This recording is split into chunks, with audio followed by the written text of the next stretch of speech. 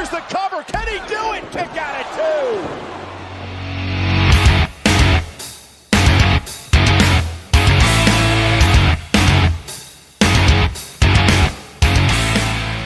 2. You are wrestling fans, and we are the degenerates that like to talk about it.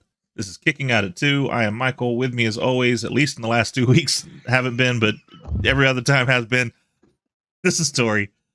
Hey, Tori. About time we showed up and did some work. I'm telling you, my lazy ass. Whatever. Over here trying to collect a government check. Life gets in the way. We do what we can.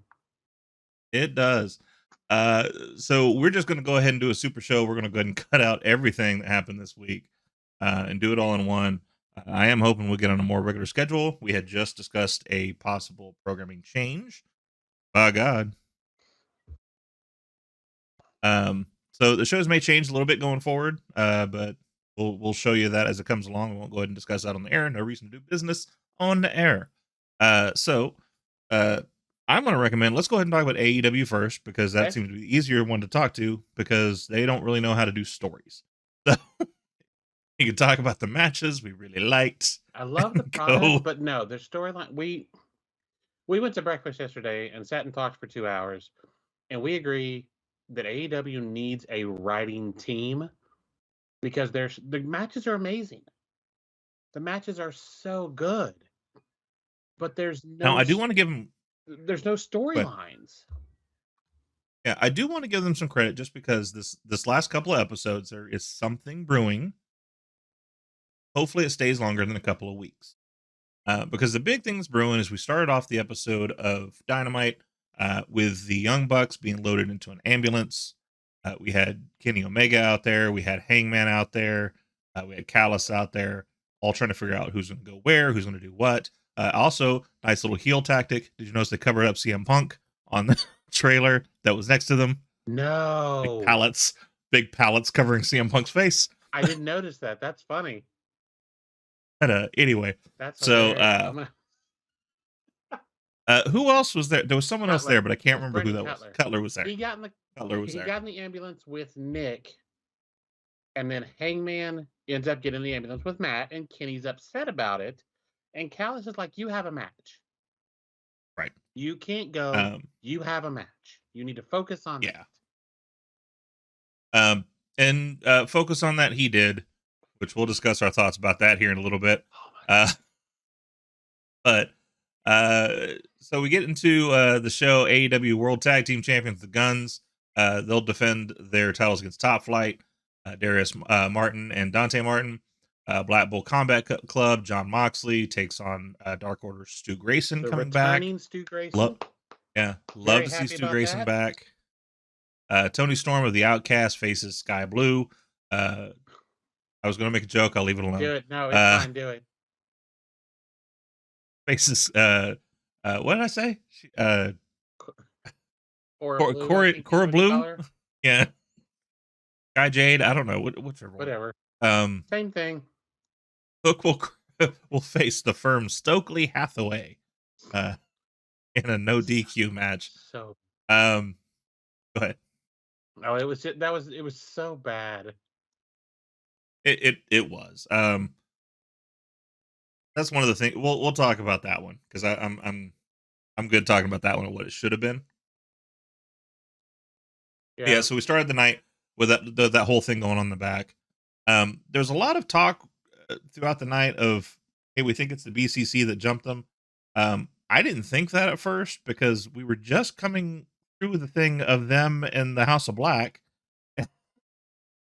and now all of a sudden they're feuding with BCC. I'm confused by that. Right, and that was the statement. I have theories. And do we want to do this now, or do we want to do it at the end of the show? After the let's talk about just the show. We'll fly through this just because a little bit of behind the scenes business. We decided we're going to start on the shows just talking about a couple of things that we really like in the show, or what really impacted the show. The rest we're going to kind of fly through. We had Sting, Darby Allin. To be clear, we're not just doing this for AEW. We're going to do it for both companies. All the shows we do, we're gonna talk about the big stuff and kind of fly through the stuff.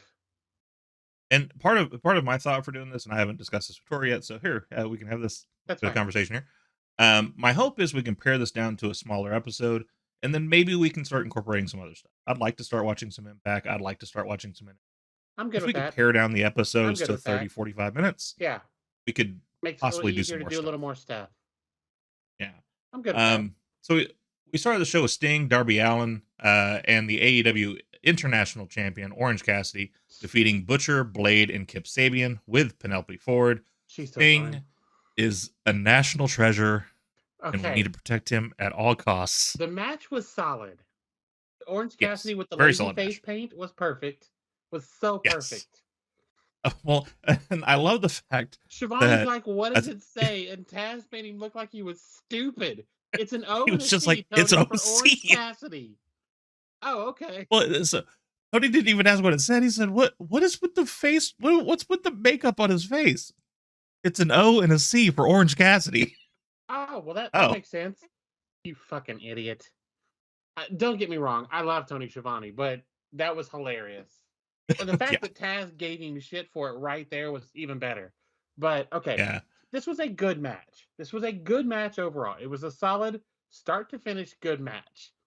I Yes. am not going to lie. The best thing about this match was Sting. The little weak chest pound, the rolling around the ring every time Kip went up to the top, and I'm just like, and then he started doing the kicks. And I was like, no, he didn't. So, like, we discussed, like, okay, so Sting, Darby, and Orange won, and that's all fine and good. People will say, well, you got this legend here, and the legend's beating these. But he's doing it with young guys. He's promoting it. Not only that, but in most cases, what happens? The legend mentors the younger person. The younger person starts taking on their personalities. He's doing the opposite. So he's become a daredevil flying off the top of shit because of Darby Allin. And now he's doing He did the Orange little weak Cassidy in shit. this. Did you see the fist bump at the beginning? Yes. It was so lazy. And then they did the sunglasses at the end. It's just It great. was so perfect. I love Sting. It was so, like, I've been watching this dude since the early 80s.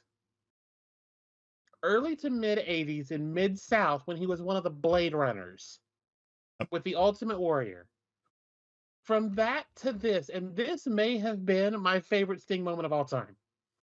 Yeah. I was cracking up when I watched it Wednesday, and then when I watched it again today because you were watching it, I was like, oh my God, this is so good.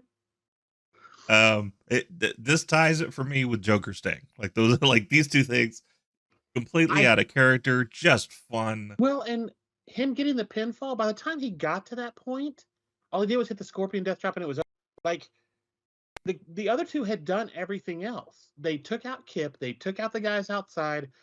Sting taking the pin does not hurt anybody at all in this match, or Kip Sabian, who he pinned. No. Not with the chaos that was the ending of that match.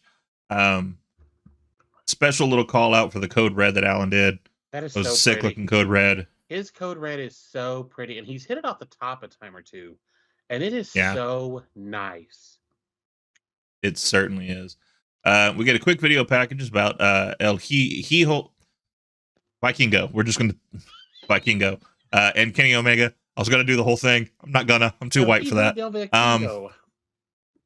I feel like I'm that white announcer at a soccer game, and I'm like speaking English the entire time until all of a sudden, like, and from Santa Puerto Rico, Joe. No, I'm not doing that.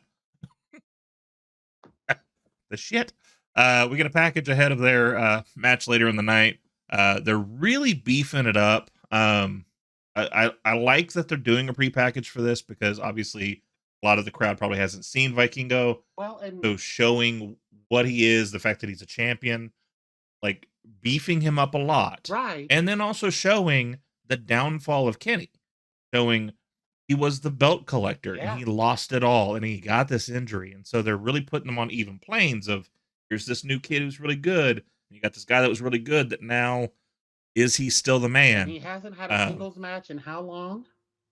Yeah. And so it was a And great way to put them on the same they plane. were supposed to have this match in like October of 21, and because of all of Kenny's injuries, they couldn't do it. Right. And then I watched this match and I understood why. Yeah. Whew. We will get to the details of that one because that's Yes. definitely one we're going to talk about. Plus, we also have some better suggestions of how it should have went for the ending. That'll be a little bit of speculation for the end of Which will this. tie into my theory here. Yes. Before the Austin theory, go ahead. Before the next match, Excalibur told us that he received a text message from Brandon the Cutler, who left in one of the ambulances with the Young Bucks. Said that it was the Blackpool Combat Club who attacked Matt and Nick Jackson. So that was kind of the first confirmation of here's who attacked them. The Guns, Austin and Colton, defeated Top Flight. I don't care. The only thing that made this matter was the Kingdom got involved, which continued the storyline with Top Flight. I'm good with that. Right.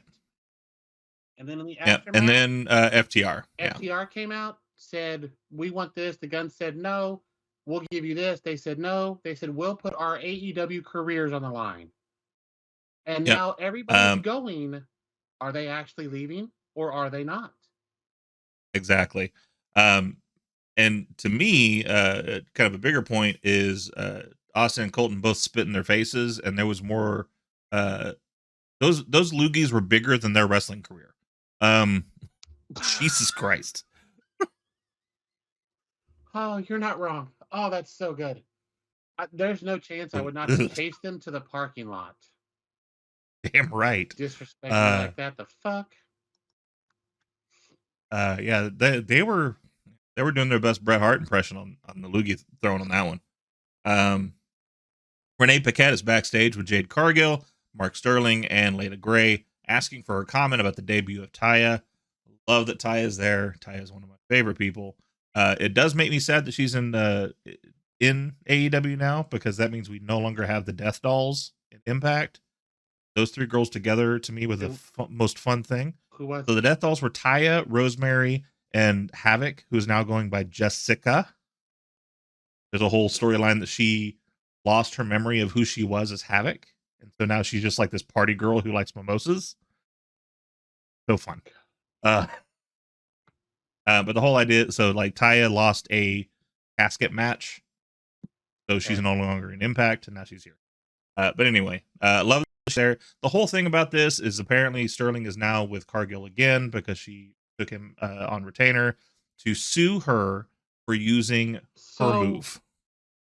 Somebody tweeted at somebody about this, and I think it was Sterling that responded and was like, I've always been on Jade's side. She just didn't always need me, but now she does because Taya's out here stealing her move. Yeah. Okay, first of all, Taya has been using Road to Valhalla for I don't know how long, so we need to flip that around a little bit there, bitch. Correct. So they say that they're going to do a cease and desist, and on top of that, instead of Mark Sterling giving it to her, apparently Layla Gray is saying, no, I will hand it to her personally when I face her on Rampage, and we all know how that's going to work. Hook defeated Stokely Hathaway in a no disqualification. No. Hook fucked Stokely Hathaway up. He did. The only so this was a lot of fun. Stokely finally got his comeuppance for all the stuff that's been going on. The only thing I didn't like about this is it was a lot longer than it needed to be. It was a lot of fun, but it was a lot of stupid. Yeah. This should have been okay. I have to give Stokely credit. The sick note was fucking hilarious. Yes. That shit was funny. But it should have been whip in some kind of throw red rum ball game. Here's the thing.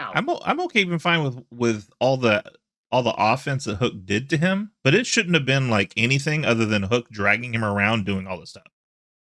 Do the T-bone into the railing, that's fine, but like drag his ass over there, just throw him into it. Right.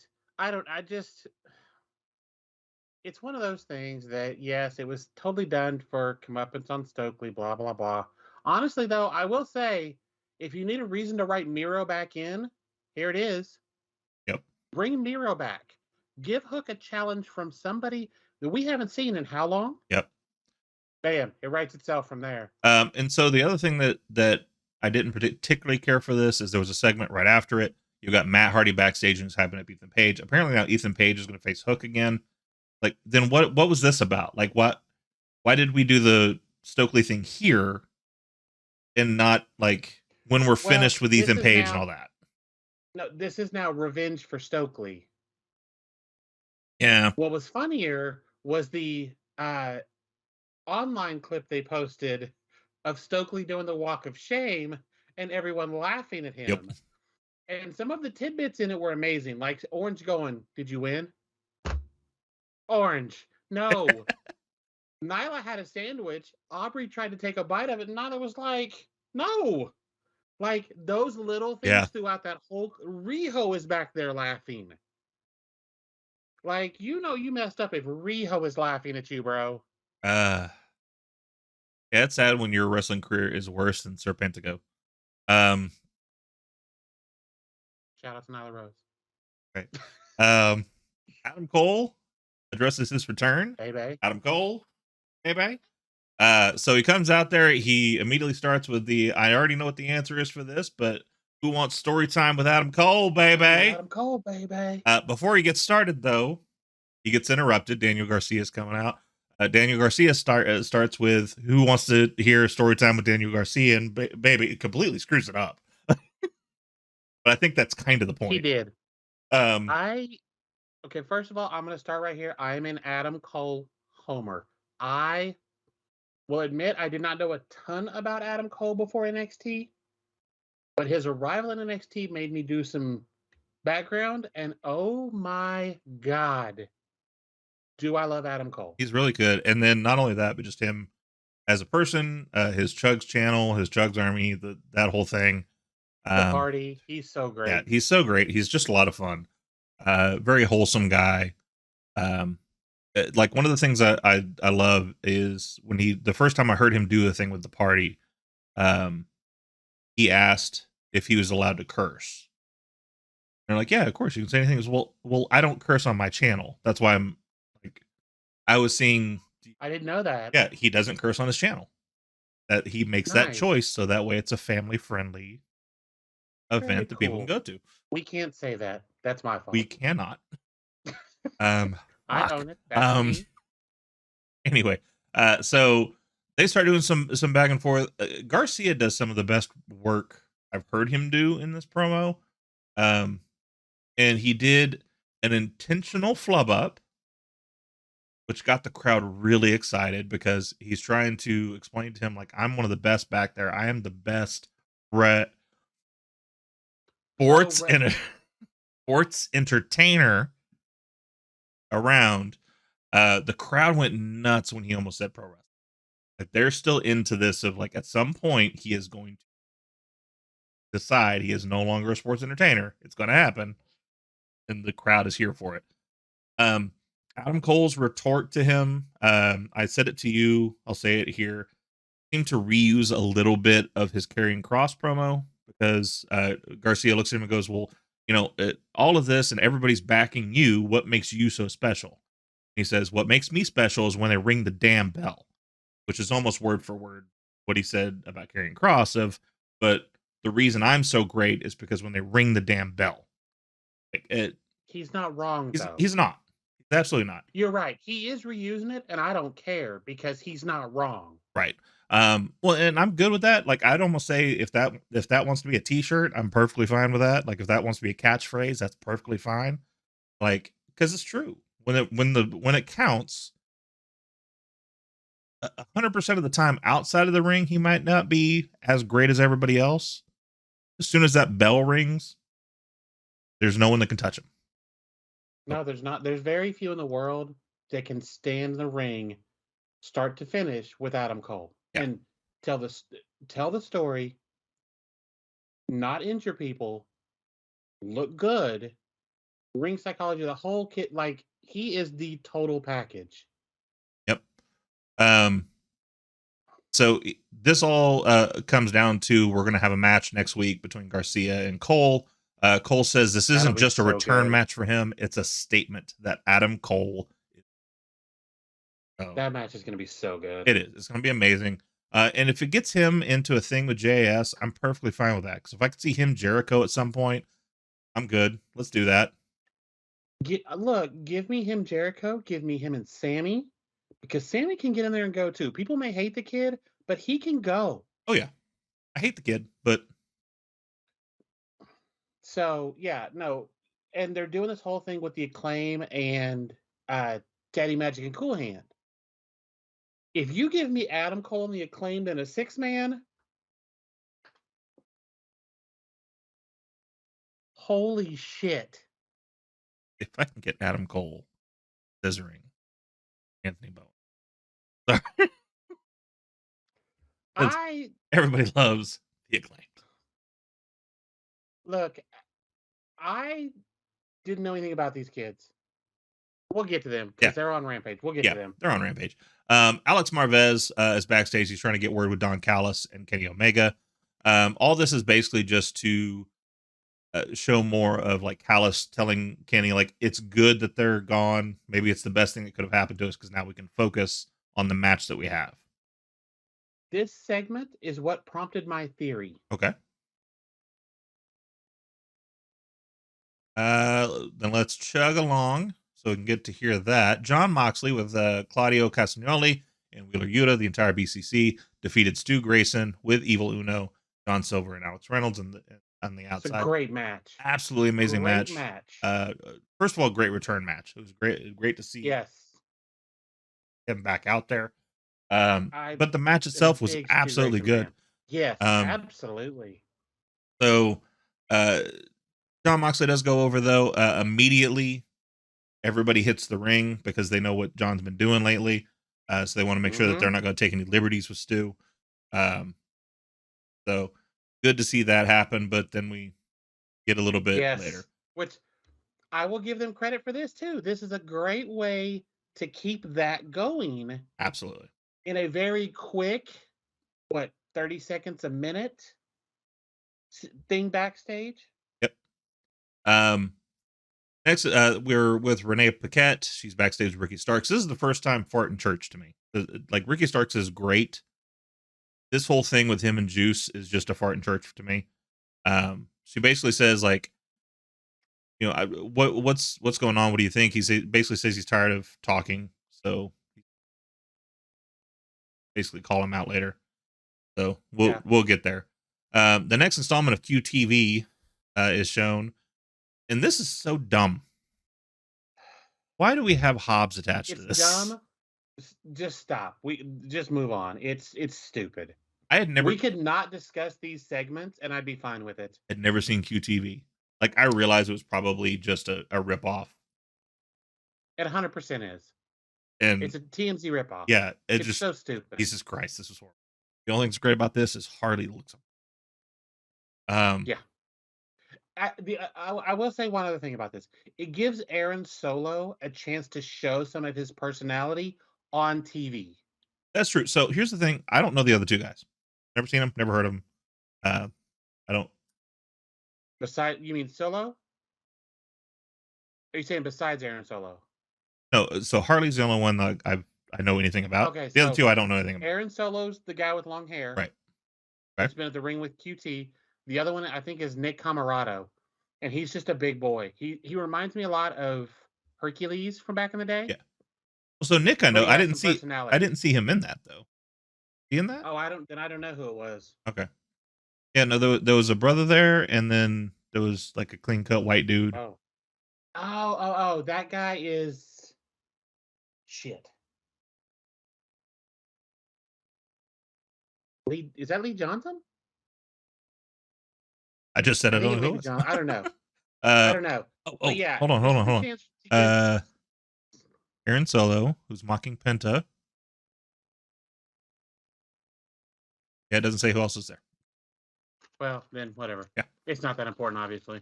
Tony Storm. But yeah, otherwise this segment's stupid. Keep going. Yeah. Tony Storm with Soraya and Ruby Soho defeat Sky Blue. We're just continuing the outsiders versus the kids who have been here. She ends up beating her. They want to take liberties with her, but then Willow, Nightingale, and Riho come out with a steel pipe. They hit the ring, chase them off. Little bitty Riho with that big ass steel pipe. It probably for one of us would look like a pin. Yeah. But for Riho, it looks like a 2x4. Yeah. And just for that, I love her. Oh, I'm not sorry. Gonna lie. Nice. Well done. I love Riho. I do. I love that kid. Yeah. Doctors are backstage with Stu Grayson as the Blackpool Combat Club then come in and beat them down before walking off. So kind of keeping that, we're taking liberties and we're just going to beat up who we want to. But again, I felt this was perfect because, like I said, 30 seconds a minute, but it kept that going without doing a long drawn out thing in the ring. And then that leads us to the main event. Kenny Omega is out there with Don Callis going against AAA Mega Champion Vikingo. Kenny Omega goes over on this one. So I am not even going to try to go beat for beat. However, just you can't. Don't. I mean, first of all, there was what was it? No, not a superplex. It was something on the apron corner. I forgot what that move was that he did. Yeah, that was sick. Vikingo's balance, he gets on that top rope, is just insane. He did that like 650 to the outside off the middle rope. Yep. And that onto the table? Yeah, onto the table, which was just insane. He did a poison Rana, which just looked so smooth. And Kenny landed on his fucking melon. Yeah. That looked rough. It did. That one looked rough. But yeah, that 630 senton. He goes for the 630 again later and missed. That's when Omega hit a V trigger and a one winged angel and got the win from it. I was not a fan of the booking. The match itself was incredible. I am not going to take anything away from these two. But I would have booked it differently. Go ahead. Before we get into that, just another thing I want to throw out there: the Snapdragon. Oh my god, that makes me cringe every single time. I don't care who's in the ring taking it. He does that so smooth, so quick. You don't see anything protecting anybody. But I know everybody's safer than anything in it. But it just looks Buddy so Matthews devastating. That shit. Oh my god, that one he did on Buddy last week. Last week, 2 weeks ago, whatever it was. Yeah. But anyway, so yeah, we had some issues with the booking. Kenny wins. After the match, the Blackpool Combat comes out and jumps him. I have beef. And we'll get to the other part of that at the end in a moment, which is just fucking stupid too. If they were going to jump him anyway, why not do it either during the match or come out and cause a distraction? Kenny taking the pinfall to Vikingo would not have hurt him at all. It would have kept a champion from not doing a clean job and would have continued to advance the storyline. Yes. Well, and on top of that, I had mentioned to you, like, throughout the entire thing, I already knew what the end was. We'd already talked about it before I watched it. But all through the match, commentary's talking about how is Kenny distracted? Is Kenny thinking about his friends? Is he not on his game because of that? That is a perfect reason to have him make a mistake. That's fine. I said to you, like, to me, even just using the Tron, have the Tron come up, have BCC standing outside the hospital rooms of Matt and Nick, have obviously Hangman's not. Well, then we wouldn't have the Hangman thing. So, well, no, here we could have though. You have. What I would have done is that I had the Moxley match with Stu. It just been Moxley. Just come out by himself. Okay, I see where you're going. Claudio, towards the end of that match with Kenny, we go to the Tron, and it's Claudio or Yuta with their phone. Cutler is laid out. Paige is nowhere to be found. and they're standing outside the emergency room, however you want to do it. Okay? The match ends with Kenny taking the L. Moxley attacks him. Hangman comes out for the save. And then we got that. So Hangman comes out for the save either way. All right. And then we got that stupid thing with Don Callis. What the fuck? Yep, which is the other thing I told you I had a problem with. This It's is one of so those. dumb. I have few pet peeves in wrestling. Like, two of them got hit in the same segment. One is when someone's coming in for a save, they're not stopping by Gorilla and saying, "Hey, play my music real quick before I run out here." So the fact that his music hit before he came out, stop it. Have him just come out there. People will see him, and then they'll pop for it. It's fine. You don't need his music to play. But the other thing is, like, Kenny can't watch this. Right. It's live to Memorex. Exactly.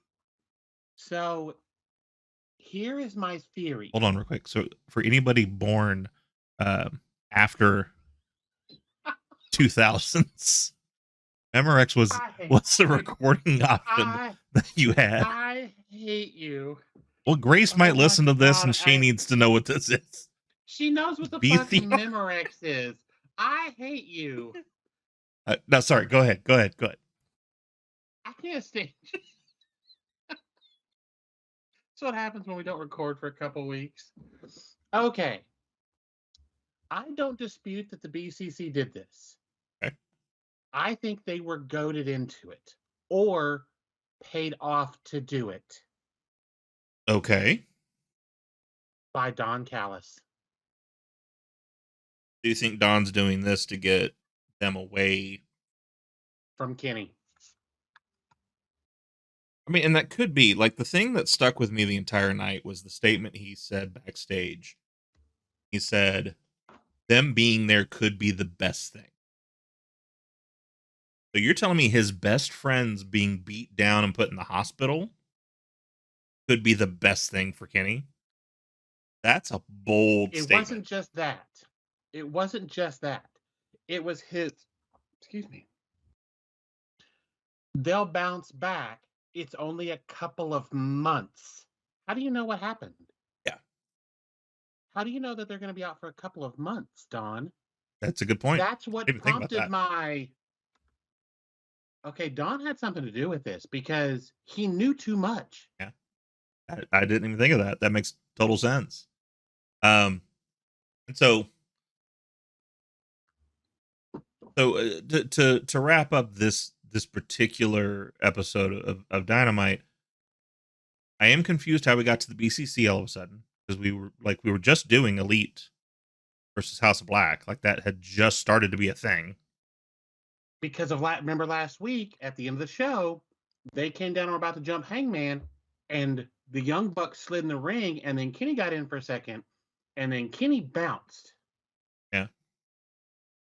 What they showed after the show was, as the BCC left and Paige turned around, the Bucks and Kenny were in there, and Kenny was like, I don't want anything to do with this, and he left. He climbed back out of the ring. But the Bucks were still standing in the ring with Hangman. Okay. I think what they're going to do is they're going to use this to pull Hangman away from the Dark Order. Since Grayson's back, it's 4 of them again. This is where they need some type of a leader, because I love what they have, but they don't have a leader. Yeah. But doing this will pull Hangman towards the Bucks. I feel like Don is trying to pull Kenny away from the Bucks, and with his contract issues that we're all aware of, that may be part of it too. But it may be to get him out of the bigger storylines. Exactly. Because like next week, again, his match is a singles match with Jeff Cobb. This match has nothing to do with anything they've had going on. Yeah, which that match is going to be amazing too. That match is going to be so good. And so, I mean, this brings so I don't want to dump on AEW, but that brings a very good point of some of the issues I have with storytelling with AEW. We didn't know about the Cobb thing until last week, right? That's when they brought that up, where Cobb posted a video where No, he was like, we found out a Rampage yesterday. okay. For some reason, I thought they played that video last week.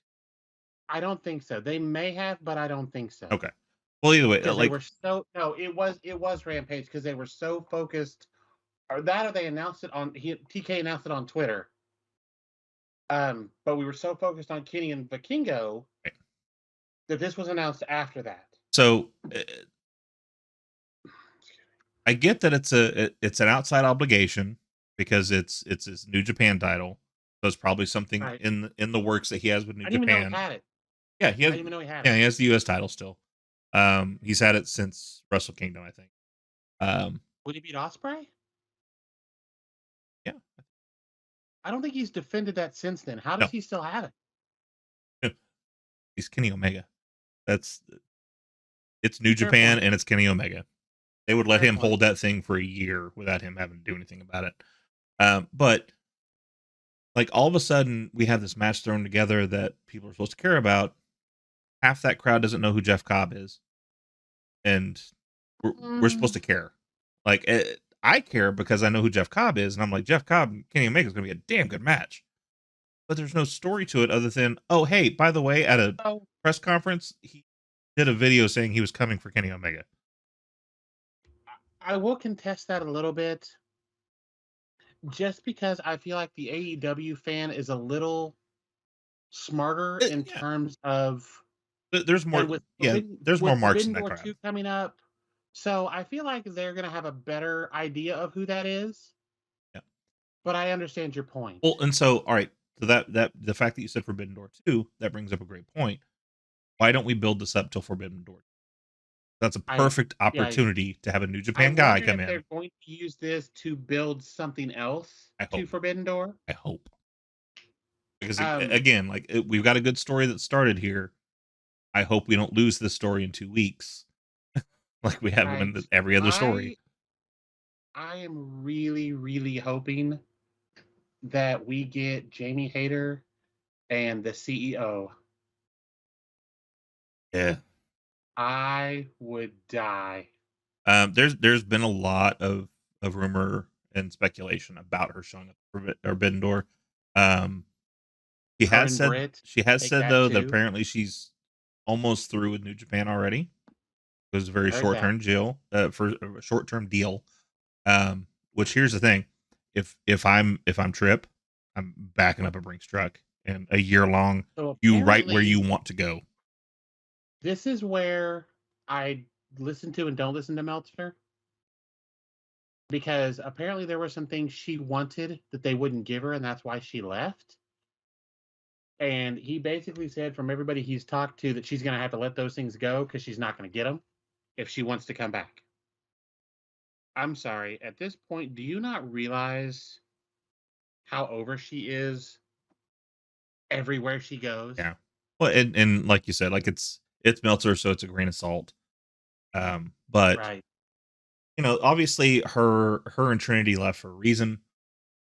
Trinity confirming she's gone. I'm so happy about that. Yeah. Show up, baby. Show up, baby girl. Let's go.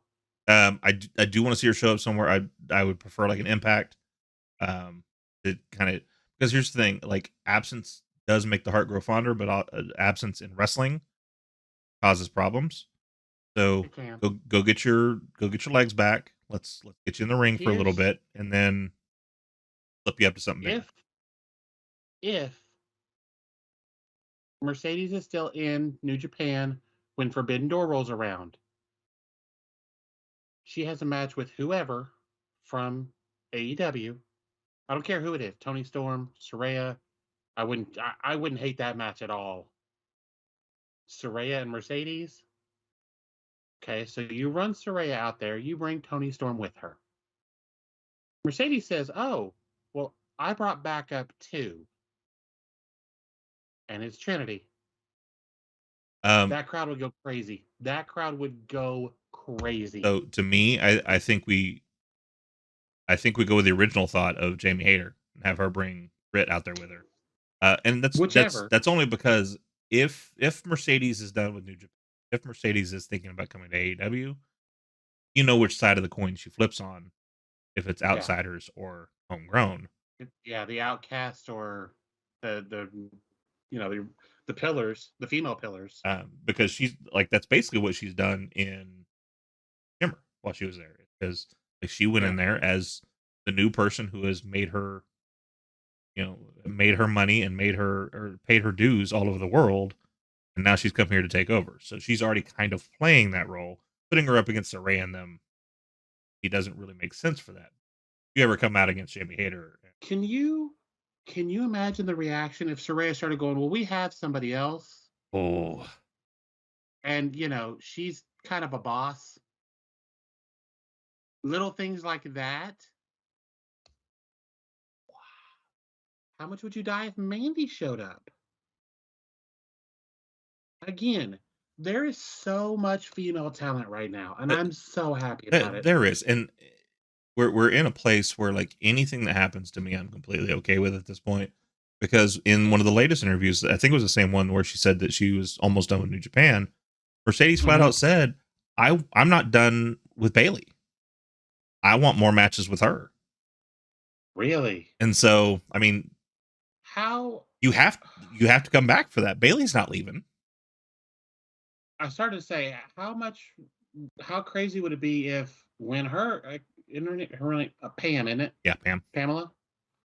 How crazy would it be if her contract came up and she left? I don't see her because they haven't treated her anything like they treated Trin and I agree. I will. She has been a pillar of that women's division. Absolutely, I do agree with you that with Tripp being there and Hunter running the show, literally running the show, Sasha going back wouldn't be the worst thing. No. With John Laurinaitis gone, with Vince very much on the back burner, I guarantee it's one of those that if she does, though, she's like, I don't want him anywhere near me. Yeah. Don't bring him out here. I don't want him in Gorilla. I don't want him at the show if I'm there. Well, and that's what I'm saying. Like, I don't. Grain of salt, what Uncle Dave says. Right. I think all of it had to do because very early on, it came out and they all but confirmed it. It was because we just got these tag titles, supposed to have a good run with those, and then the next week we're out here losing singles matches. Yeah. And there's no plan for the women's title, so they were just tired of it. Done. Took a stand, and good for them for that. But if Tripp comes to her and says, "Look, here's a Brinks truck, and here's write your own script here for the next year. Where do you want to go?" I don't see her not going. Hey, you want a main event? You might want a main event WrestleMania with Bailey. We'll make it happen. Here's the thing: if she does it, she's like, I don't want to just main event. I want a main event night too. You can do it. I want to main event the Rumble. I want to main event Survivor Series. The ones that matter, the big four. Yeah. I want her to say, I want Becky at this one. I want Charlotte at this one. I want Ronda at this one. And I want Bailey at this one. You give me a year of Sasha in the main events, I'm a happy bitch. Because she's going to deliver. She's exactly what she said. Money. She is money. Absolutely. Let's go ahead and get through Rampage. Not a very eventful show. Hobbs beat Penta, blah, blah, blah. That's pretty much where we are. So we start tying his mask to the just stop. So here's the thing. I like the idea, but how are you going to screw it up? Like, he tied it. He didn't have time to get there before. Yeah, he had already moved and already done it. Yeah. So that was the first match of the night. Powerhouse Hobbs, with the cast of QTV, defeated Penta, and he had Alex with him, who's the only one with him. So to retain the TNT. Powerhouse Hobbs, those two jobbers, and that really fine chick, Harley. Anyway, her name is not relevant. Anyway, it was a decent match. I have a little bit of issue with Penta matches lately, and that's just because he seems very cookie cutter. It's almost like he doesn't care as much as he used to. which I don't blame him because no, I don't either. he was at the top of the card, and then all of a sudden he just went away. After the match, though, Hobbs and Marshall tried to beat Abrahantes. Is that his name? Alex Abrahantes, yes. They tried to beat him down some, but Ray came out. He was Shawshank Redemption gonna poke a hole in Hobbs apparently. He brought Mjolnir with him. Yep. My friend Andy Dufresne gave his hammer to Phoenix.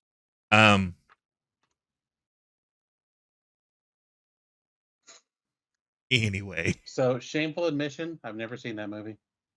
What? We might have to do a watch along with that. They played highlights from last week's Dynamite, which led to a package with Kenny Omega's match with Jeff Cobb coming up for the IWGP Face Championship next week. Ricky Starks came to the ring. This is finally where he was going to confront Juice Robinson. Rock hard Juice Robinson, which that man has tanned more than Hulk Hogan. Jesus Christ. CJ Parker, for having been the Earth guy that he was, is spending way too much time in a tanning bed. Yeah. Anyway, so essentially, this was a flop for me. The whole segment was messed up. First of all, you got Juice Robinson. He backpedals out into the crowd and he's like, "Hey, get all these idiots away from me!" And then he backs into one of the idiots he just said to get away from him. That dude was like, I don't want to touch you." I will say this is the first Ricky Starks thing that I don't care about. Yeah. I don't want to say I don't like care. Juice because I haven't seen Juice. Like I haven't seen his New Japan stuff. Maybe he's doing better. I don't know. He's gotten amazing, but I don't care. Yeah, I don't care about this match. Like why are we having this match? Why do I care that Juice Robinson wants to face Ricky Starks? I don't see anything that makes me care about this match. But so the next date AEW has in New York is April 5th. Juice Robinson basically says, like, I hate Missouri, so we're not going to fight anywhere in Missouri. We're going to fight in New York. Which is great. Yeah. It's great heat. Okay. You're in Kansas, you're in Independence, Missouri. That's great heat. Yep. Jay Lethal and Jeff Jarrett ran down all the ways that little quacking bot Sanjay Dutt. AEW referees have screwed them out of titles. They were cheating to win with a dastardly enforcement of the rules. Brody King with Julia Hart defeated Jake Hager. He loves that hat. Yes, he does. He didn't have anybody before he hit the Hager bomb. That's right. I had to text Tori because did he just say I like this hat before he hit he did. the bomb? That's I will messed say, up. To me, the best thing that came out of this match was Anna Jay jumping Julia Hart. Give me that match all day long. That shit will be so good. Absolutely. Yeah, she ran in, she attacked Julia Hart. This distracted King for a minute, and he still caught Hagar with the all-seeing eye. I'm not gonna lie, the fact that Brody King acted like he didn't fucking care after about 45 seconds made that so great. He was like, "Oh, okay. Let me get back to what I was doing." That's right. So, like me when a little kid falls. Oh, damn, that's a shame. Okay, so anyway. So, House of Black, even though they were originally feuding with the Elite, they pivoted, and now they're apparently going to Jericho Appreciation Society. And I think that's where the BCC pivot to, and I'm fine with it. I am too. I would have liked to have had more explanation of why we did this. Full heel turned the BCC, and the problem is, the JAS is going to get booed every time, except for Judas. They're going to sing along with it, but then they're still going to boo Jericho. Yeah. The Elite's getting cheered. They're not. They had to do this because otherwise you were going to have heel on heel and face on face, and that didn't work. Yep. I don't disagree. We were backstage with Sir Strickland. He's back there with Tech 9. He promised a war with Keith Lee, and he's going to have help from a new affiliate. I have not seen any rumor or speculation of who this is going to be, so I'm interested to see who they're going to bring in to help. I don't Yeah. Next, we have Taya Valkyrie going in there against Layla Gray. I wonder who was going to win this match. Taya took her out in a minute 15. That is, yes. yeah. She took her out using Road to Valhalla, which then immediately after she won that match, Sterling runs in, waving the paper in front of her face, which she then turned around and did Road to Valhalla to him as well. She hit him with that, and I was like, okay, he's not a little guy. No. That was impressive. It was impressive. She's a strong chick. You want to comment on the pinfall? So it seems like strong mommy level women have felt the need to just pin in ways that they know what they're doing. And so she can't do the fold them over thing because we've already got a couple of girls to do that. That's Rhea's. No, she just drapes across her, laying head to toe with her. Like, oh, you know what you're doing. Okay. Yes, they know exactly what they're doing. She is 100% the new mommy in AEW. Yes, absolutely. And I'm perfectly fine with that. We've talked about this. You think she will. I'm not sure that she will. I do hope she's the one that takes it from Jade, though. I hope we build that up in the next 3 months to kind of. You have to give me some props for how I said when it was going to happen. Yeah. Yeah. Yeah. I was Would you like to explain yourself? I hope they build to this, and I was like, well, to be fair, by the time it happens, and then I used the Justin Timberlake, it's going to be May gift. Yeah. Very well done. I was so proud of myself. Well, and the other fun thing about this is I love Sterling. Such a fun character when he gets to be great. Him wearing a neck brace for the next few months because he just got. Yes. It's right up there with Paul Heyman and Bobby Heenan wearing the neck brace. Yeah. Quick rundown for next week's Dynamite. We got Kenny Omega versus Jeff Cobb for the IWGP title. Willow Nightingale's going to face Ruby Soho, which will be fun because that's going to be a good match. Because you got the story behind it already. So that's going to be good. You got Matt Hardy versus Jack Perry. You got Dalton Castle and the Boys versus the BCC. They are going to get murdered. I cannot understand why we're doing this other than to just watch the BCC just monkey stomp the shit out of the three of them. Either that or we're going to get the Elite coming out and causing some shenanigans. That's fair. Can you imagine if Dalton Castle pins one of those three? What that would be? Yeah. You could take that fall. It's fine. He's the pure champion, but he can still eat that. And then the last two matches, which really I'm looking forward to, we got Orange Cassidy versus the Butcher for the international title, and Adam Cole versus Daniel Garcia. That's going to be amazing. Definitely worth that.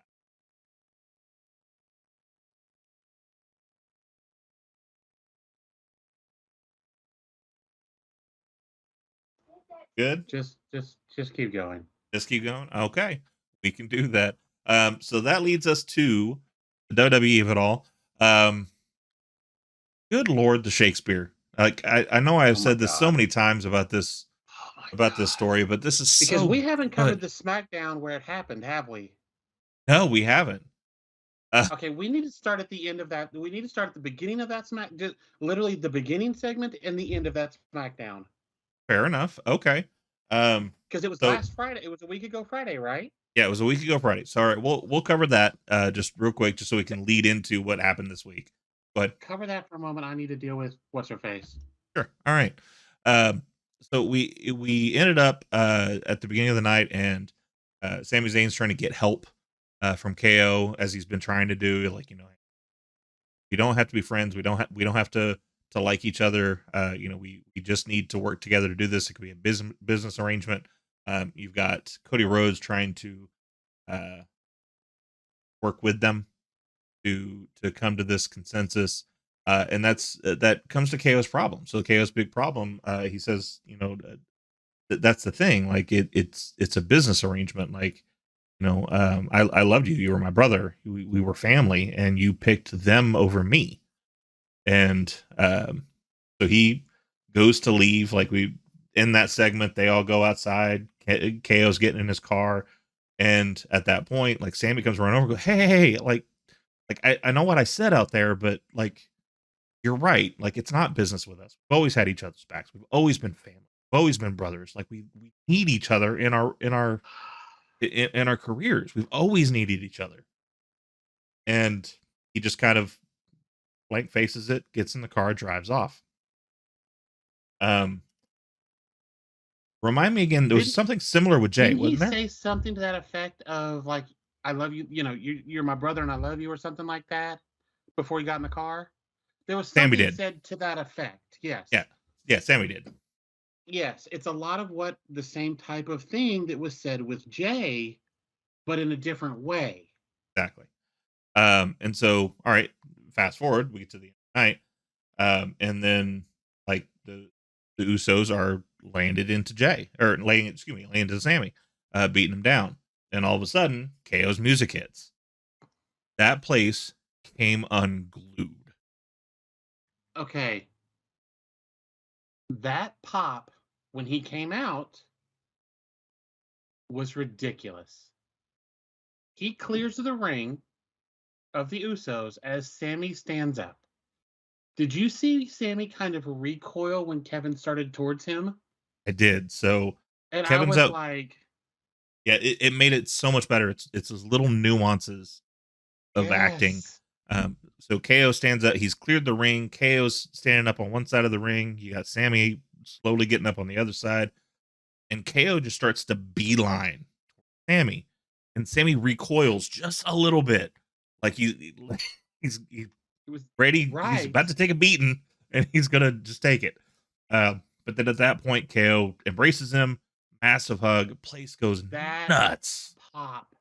That may have been that's up there with like the Hardy's WrestleMania return pop. It is, and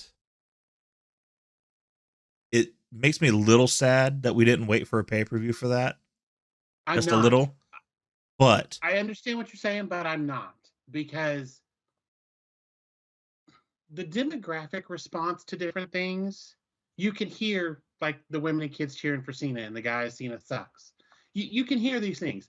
To see the dudes in the crowd jumping up and down and throwing their arms up and screaming and cheering, I was like, this is the greatest storyline ever.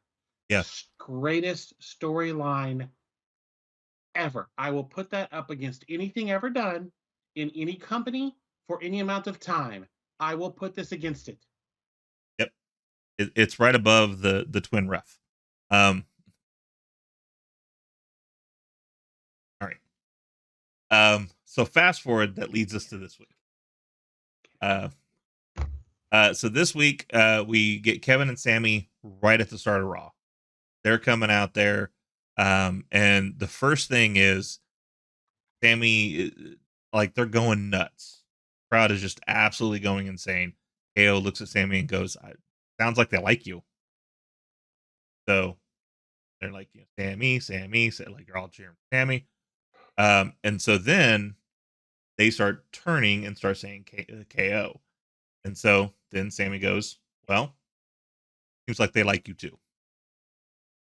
Um, they talk about their careers together. They talk about how we've ended up in this situation. Talk about how they need to now do what's next. And then they both look at the WrestleMania sign. Cue the Usos. Usos come out. They have a little bit of jaw jacking back and forth, which leads to them saying, look, like, we want the titles at WrestleMania. That's what this is about. We want it. Jimmy, nah, man, y'all, Nah. no. Why would we do that? Like, we're done with you. Like, why would we give you that? And then Jay flips it. Goes, oh, hold on. If we want to take care of the Sammy and KO problem, this is the opportunity. We take him out of WrestleMania. Then we see on the Tron that Roman has just arrived. There was Solo and Paul. Roman not looking happy. And then you see a very trepidatious look on Jay and Jimmy's face. Shit, what did we just do? We end that segment. I do want to talk about what you talked to me about when we're done talking about Raw. Okay. Because that little touch, that little nuance does make this seem a little interesting. So, I can't take credit for it, but we could definitely. United States champion Austin Theory defeated Montez Ford in a non-title match. The fact that he lost a non-title match, I kind of wish Montez would have got it. But I understand we're leading to WrestleMania. We're 7 days away from the biggest. He's not taking that L. He's not taking that L. The only way he's taking that L is if somehow Cena causes it. Right. Good However, match, but man, great match. They were really hyping up Ford the entire match, talking about how great his athleticism was and how time. Yeah. It's about time. He did a skyscraping cross body, which was insane. He is going to be a phenomenal single star whenever it happens. Yes. Which I'm looking at, it might be soon. Like, I know we got the tag thing coming up soon, and they're in that come WrestleMania. So maybe they lose that and then they decide they want to part a little bit. I hope they don't turn on each other. I hope it's not one of the cookie cutter stories. I hope it's very much Please, I hope not. Like the New Day thing of like, we're just going to decide to do our own thing for a while. But yeah, so Theory avoided a frog splash before hitting a rolling drop kick and then an A-Town down. Got the pinfall win. He grabbed the mic afterwards. The biggest thing he said is that WrestleMania, you will believe. We will believe. I have a thing about that too, but that's a whole other thing. Bobby Lashley should be facing Uncle Howdy at WrestleMania. Like, I understand Bo can't, I understand Bray can't make it. There's no reason we should have dropped his story. Why can't Bray make it? Apparently, Bray's dealing with a health issue. That's all that's been reported, is that there's a health issue, and that's why the him and Bobby thing has been washed for the moment. Interestingly enough, though, the segments of LA Knight lately have had little Bray Wyatt logos in it. I don't know what's going on with that. They're not done with that. I'm telling you right now, they're not done with that. Right.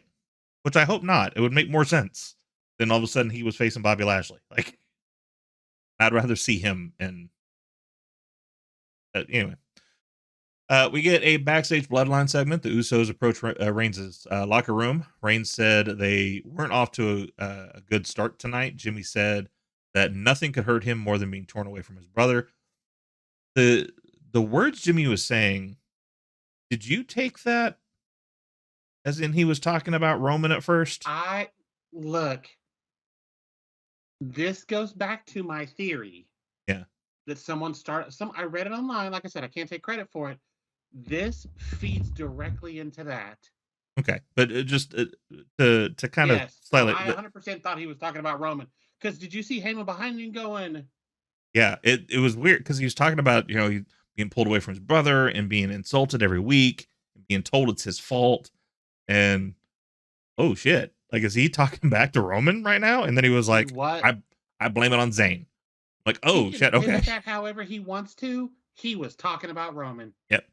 And so Jimmy said that they will Shakespeare. Jimmy says that they'll get Owens and Zayn at WrestleMania. Reigns agreed. Reigns then asked the wise man to have everyone leave except for Jay. After the break, we're still backstage. Ray said he hasn't seen or heard from Jay in a while. And yet Jay was suddenly back making decisions. But in order to make decisions, you need to be in the bloodline. Reigns wondered if Jay was still in the family. Jay said, "I'm with you. I'm bloodliners." Reigns acted content with that answer and just about was letting Jay leave, and then he stops him. Says, "I love you." Leaves. Again, Jay didn't say it back. He just left. I'm telling you, I am caught. Look, first of all, Shakespeare. This whole thing is fucking Shakespeare. Do we want to Yeah. get through SmackDown before because I can tie all of this together. Yeah. Let's get through this week's WWE program, and then we can talk speculate. Brian Saxon tried to interview Adam Pearce, but they were interrupted by Chelsea Green. She is one of my favorite things in wrestling right now.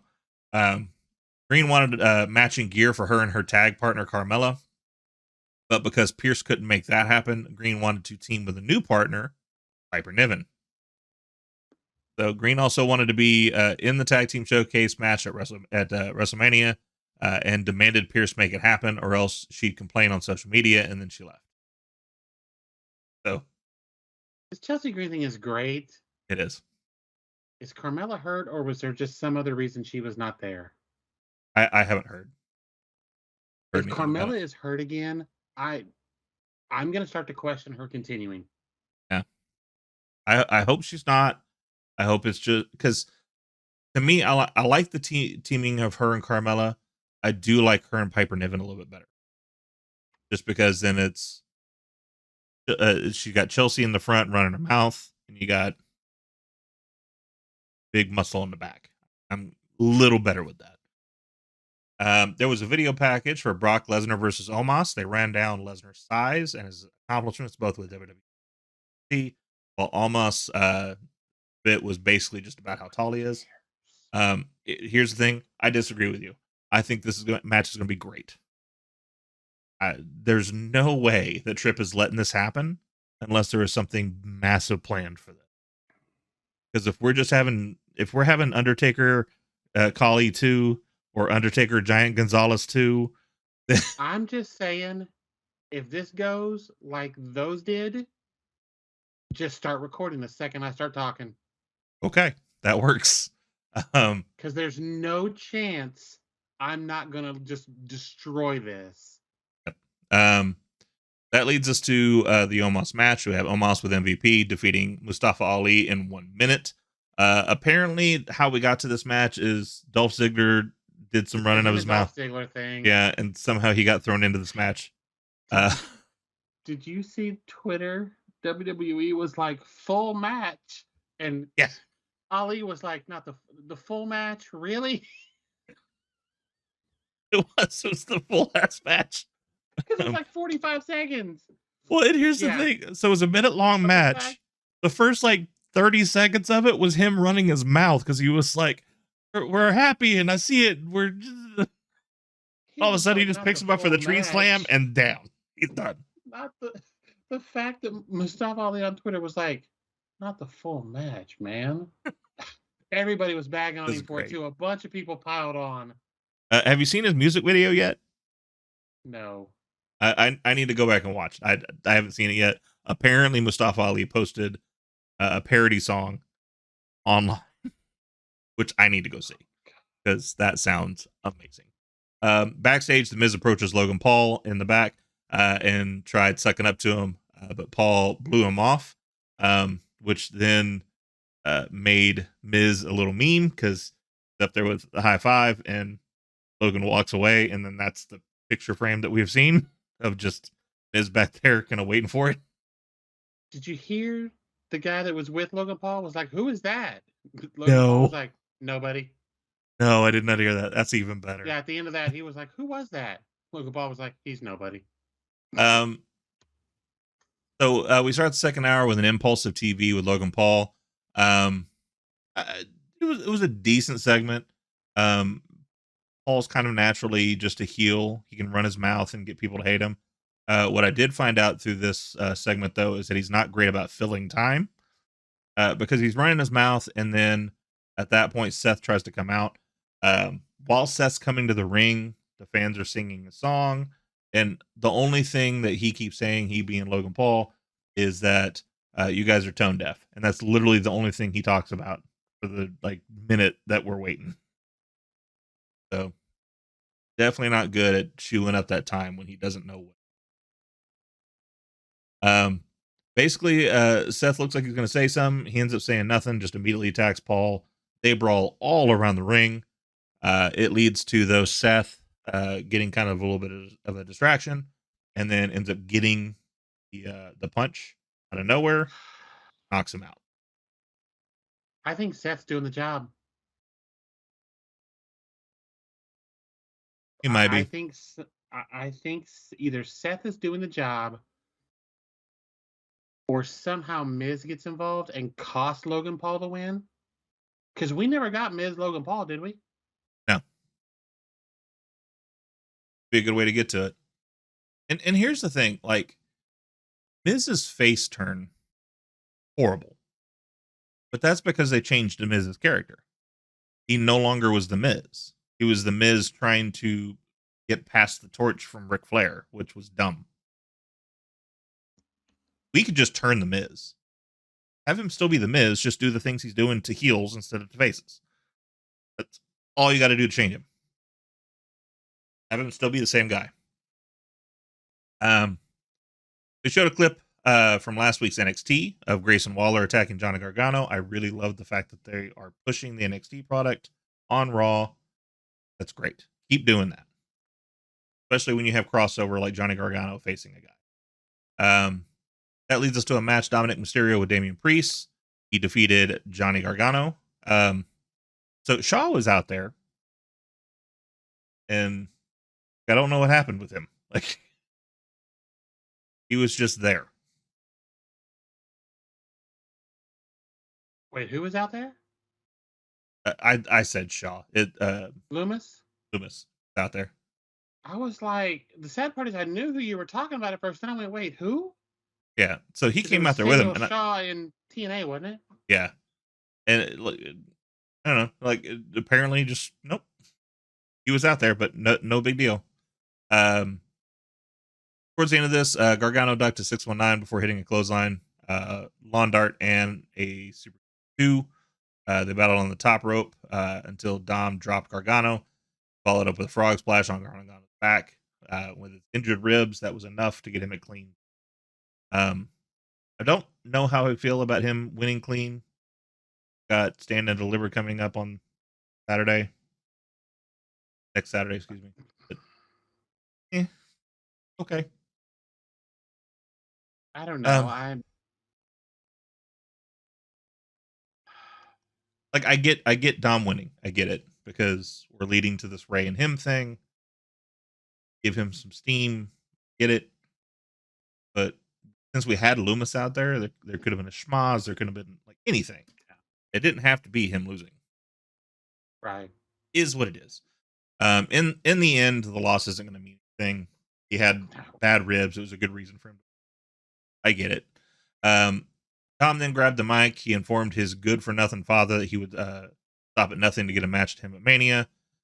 He mentioned that he will maybe go ask his mother, and maybe at that point, Ray will have the balls to get his balls out of his mom's.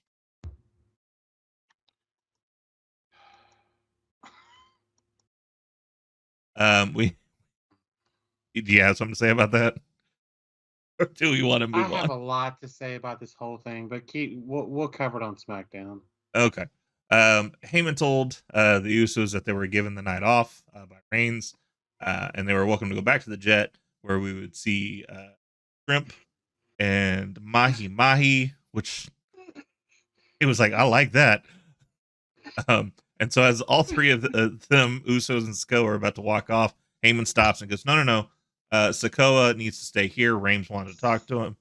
And they all walk in the door, and Jay just goes, no mahi mahi for him then. Hello, Jay. Just the little shit he does. Got this whole storyline where he's supposed to be like pissed off now. He's just like, no mahi mahi for him. Yeah. Edge cut a pre-tape promo. Good Lord, Edge is amazing if you just let him go. This whole segment, like, I loved the whole thing, but him basically saying, like, look, I got the code. I got what you meant. You said that, you know, the hell couldn't take your demon. I get that. Well, I'm going to tell you this: bring your demon, because the devil wants to see him. Oh, I cannot look. And it's a report. So I read a report that Gangrel is coming back for this. and if he is, just for the visual of the Brood coming up, I'm good with it. And I would almost like to To see. So me, here's the thing. So a little bit of fantasy booking. Um, have Gangrel come back just for the entrance. They come up through the fire. He hands Edge the chalice. Edge goes and does the whole dispute gimmick. Have him literally just there to hand him that, going, "You take this." but at the same time, to me, Gangrel has been around for how long? He's Still never doing it. really had a WrestleMania moment, and he 100% deserves one. Keep him out there. Damien tries to get involved. Gangrel stops him, does something for that big moment. You know, we are a week away. We've only had 3 people in now. Put him in the Hall of Fame. Make it a reason that he's there. Ooh, I don't hate that. Yeah, Gangrel in the Hall of Fame. I'm good with it. He's earned We it too. we got Coco Beware in there. Put him in. Nothing against the Birdman. I love the Birdman, but I do too. There is nothing about his career that was Hall of Fame worthy. I hate to say that, and I hate to say this. The same goes for Rikishi. There was nothing Hall of Fame worthy about that career. Next, you're going to tell me we're going to put Too Cool in there. Stop it. I did it for the rock. No, you didn't. Stop it. Shut up, you thong wearing fatty. See, I wasn't going to go there, but That's my favorite promo. Was when The Rock went through all of them. So good. Oh my god, that shit was so good. I'm gonna hit you so hard that your eyes roll back in your head one more time, and you're gonna say, "Rest in peace." That is right up there with his Hall, Nash, and Hogan. Big Daddy Cool Diesel. Where's the Ramon? Chico. Okay. Oh Jesus. Oh, that shit was so good. We're just doing this to pop ourselves. That's okay. Yes, we are 100%. Speaking of pop, we don't care about y'all for this one. This was for us. We didn't need y'all. Speaking of popping ourselves, Rhea Ripley promo was next. Ripley said that Charlotte claimed to be the leader of the division, but you needed to respect others to be a leader. She basically she does very well in doing it. I don't want to discredit what she's done, but it was basically just recapping everything that they've already said back and forth. So if you've seen one of the promos, same one. This time though, she's interrupted by Damage Control, which I'm a little confused by, because I'm like, you're a heel faction. She's a heel. Here's the thing. Technically, Rhea is a heel, but let's be clear, she is one of the most beloved women in the business. Absolutely. She is very much that tweener right now to me. So I didn't have a problem with this. It made sense. I'm just going to go ahead and interject here. She is one of the most beloved women in the business. One of the most beloved people in the business. The fact where you're going with this. Yeah. The fact that there's the drama going on right now about people bugging wrestlers at hotels, people bugging them at the airports, eating dinner. Because this is going to be a thing. Going to be a thing? All right. Despite all of that, there was a video here recently of her at the airport still signing everything under the for people. And the fact that despite with everything going on, he still is just sitting there. You could just see looking at her, she was exhausted. Absolutely. And I want to say this video is from like Royal Rumble night. Mm-hmm.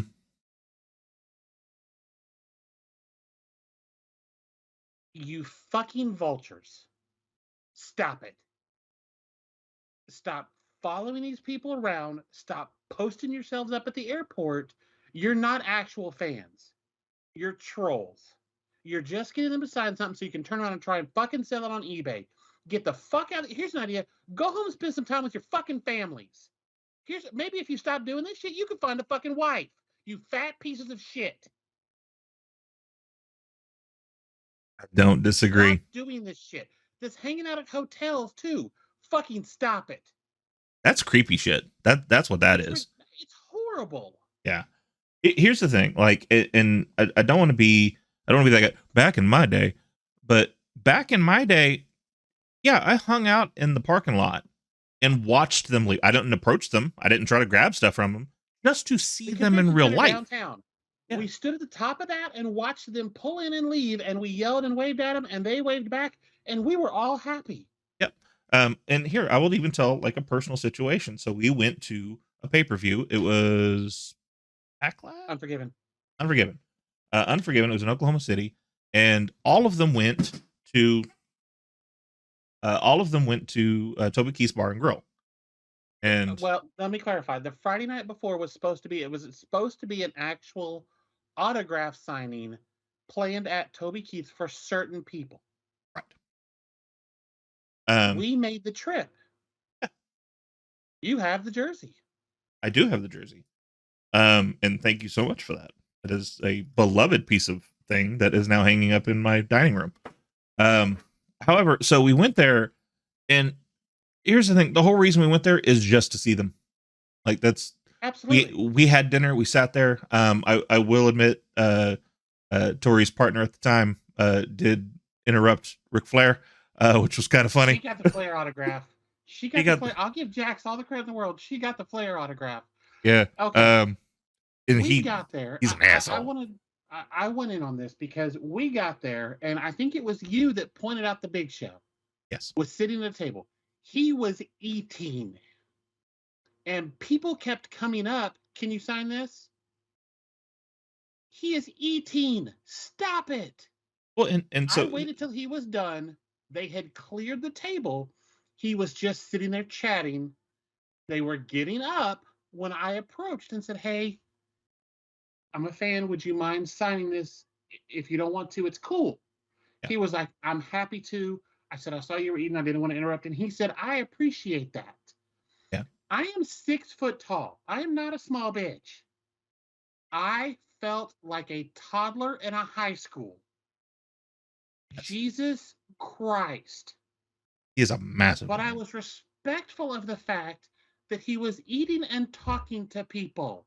Well, and so I'm glad you took over that part of the story, because I wanted to do this. So everything from what we found out, Show didn't know those people. He wasn't friends with those people. Mm-mm. They were just fans. Here's the thing. So up at Toby Keith's Bar and Grill, there's this big galley section up at the top, and that's where everybody was. All the divas at the time were up there. Ric Flair was up there. JR, Flair, Shelton Benjamin, Carlito, Big Show, Victoria, Candace, and Tori Wilson, wasn't it? I believe so. It was Tori. And so that's who was there. Side note, natural in person, Victoria is the most gorgeous person on the planet. Love that woman. She is. Oh. Anyway, they were all up there eating. The Big Show had come down and ended up sitting with his people and just having his dinner with them, which was so cool. And the whole idea was he just picked up their check too. Yeah, he ended up picking up their entire check, and it was literally just because he wanted to feel normal. He wanted to just go down and sit with normal people and eat dinner with normal people. And that's I say that part to bring this of stop browbeating these people. No He shit. literally just wanted to have dinner. Yeah. There to eat because they had a pay-per-view. Yeah.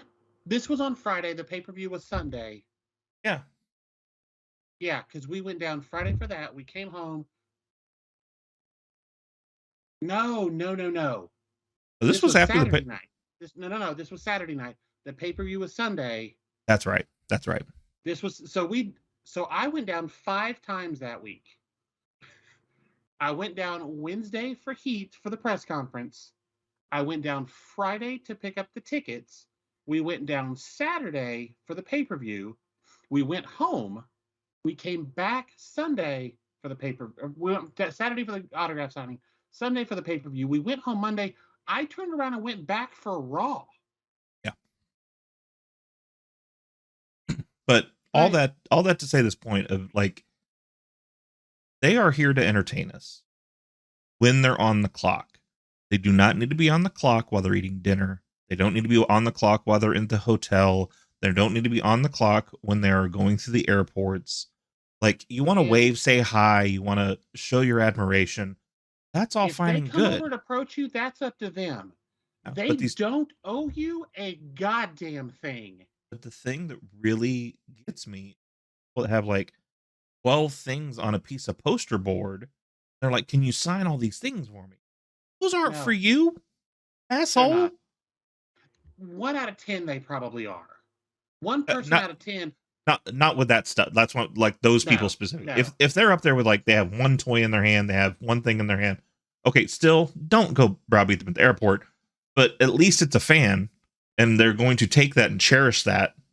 Right. Which But you I have some guy 100%, coming up there like, yeah, no, if I had like the program or something and I saw something and I said, "Hey, can you sign this?" Hell yes, I'm gonna take a picture of that so I can be like, "Look, I got this signed by that person, and I'm gonna hang that shit on my wall." yeah, absolutely. Like this whole, there is no excuse that Rhea should have to say, "Is it okay if I go to fucking people she doesn't know a goddamn thing to?" Yeah. Like And this is such bullshit. and I would be remiss if I didn't say this is the second time this month that we've seen this. Because Ray had that not too long ago, where he had to turn away somebody because everybody's like trying to get him, and he's at a point where he's just trying to get to the next plane, dude. First of all, Ray's standing there without a mask. Anybody who's a fan is not recording the shit when he doesn't have his mask on. No, I'm just saying that right now. If you record him and he doesn't have his mask on, you are an asshole. Because that's the yep, whole thing, is 100%. that mask is his identity. So I'm let's aware that he took it off in WCW. It wasn't by choice, but he did it. That that's not doesn't that's change the not canon. fact. That was Rey That Mysterio doesn't change Jr. the That's fact. not Rey Mysterio. Not It canon. doesn't change the fact how important that mask is to Yeah. who he is. If you Yeah. take a picture or record him without his consent, without his mask on, you're a dick, and I fucking hate you. And you should never go or pretend to be a fan ever again. Don't show up at the arenas because we don't want to deal with you. The whole thing And is this ridiculous. is absolutely a hill I will die on. Come up in our comments and say something. I dare you. I fucking dare you. Yeah. It's one of those things, like, I'm not famous. I never will be famous. I don't expect to ever No, be famous. I will be. That's the thing. You will be, because you're coming up with the AEW heels. You're gonna get into that crowd and you're gonna be part of that show. I just want to go on record. You turned your camera off. You post this on YouTube. Put your camera on. Come on, girl. Look, Get the gumption. I Let them was ask you a not. question. I was not ready for that. I was not ready for that. Okay, I was still just in awe that I was there and have had these interactions. Okay, one step at a time here, bro. One step. Calm down, bro. It's the Oh, first one. calm Give me a down. minute. I do want to say, so AEW heels, wonderful program. Sign up for it if you haven't already. Tori's told me all about the I first one spent she got to go $50, to. and the next day they had a thing with Aubrey, Leva, Maria Kanellis Bennett, who is an absolute gem of a person. Like, I've followed her career. This is the first time I've seen her in this type of a setting. She's an absolute fucking gem of a person. And I adore her now, and I will cheer for her forever. Yep. And here's the thing, everybody in that list I absolutely love. Not a Yes. person that you just listed there that I Aubrey is so great. Oh my Leva God. Bates. Leva Bates has been one of my Leva's a favorite doll. people since Blue Pants. And I've followed her since then, I and still can't believe I didn't realize that she was Blue Pants, which that pisses me off by itself. But yeah. the fact that Leva showed up, and I'm gonna give Leva props. She showed up for this after finishing a match. She finished a match and immediately went to her room to be part of this. That's how important doing it a is quick to her. change. She literally was. I was watching. We were talking to a lady from marketing for AEW, and I could see Leva on her camera, and I'm like, what is she doing? Because she took like one of her gloves off, and I'm like, what is she doing? And I realized she's in her wrestling gear. Yeah. And I'm like, oh, okay, she's in her gear. She does a whole, like, goes off camera, comes back in like a shirt, and I was like, she literally just did a full outfit change while this woman is talking. Hey, It so was so great. I want to ask just because I love Leva so much. Was it her librarian gear or was she wearing like some of her cosplay gear? It was her. I think it was her librarian gear. I haven't seen Okay. her in her actual wrestling gear in a while, so I don't want to Well, swear to that. so the librarian gear, that's pretty much her wrestling gear right now. Is it's the white button up This shirt was a with different. the This was a different top. okay, So it was just a different. I think it's just okay, what she uses when she's not doing the librarian gimmick. yeah. But no, she's I love great. her cosplay stuff, and ugh. I adore her. She is such a sweetheart, and Aubrey is so. Aubrey is just one. She's a big nerd like the rest of us. I Mhm. love Aubrey. She's so sweet. So anyway, She so was watching doing my shout tweets out. last week, and you couldn't tell me shit. You could not tell me shit those Hmm? days. Yeah, we on the show have had some good Twitter action here this last week. Uh, Kid Bandit follows me now, and I Oh, can die nice. happy Kid because Band is amazing. Shout out. he's wonderful. We're Um, gonna have to tag all of these people in this too. absolutely. Um, yeah, so there's a big campaign from what I've seen anyway. It may not be big in the scheme of things of trying to get her on AEW. I'm I'm here fine. for it. I'm for it. I'm here for it. Throw her in there. Absolutely. Yeah, absolutely. Kid Bandit's amazing. But no, so those that are listening, if you get a chance, Heels, it's $50 for the year. I will absolutely keep this for as long as they have the program going. Just an amazing group of, and not just the professionals involved, like just the community. Because I posted a little intro and people started talking to me and trying to get me involved, and I was like, "Oh my god, this is like I've been here for like 3 days, and I'm getting like, hey, tell us about yourself, you know what?" And I'm just like, Promote the show. Promote the show. Promote the show. I have a little. I'm trying not Okay. to just.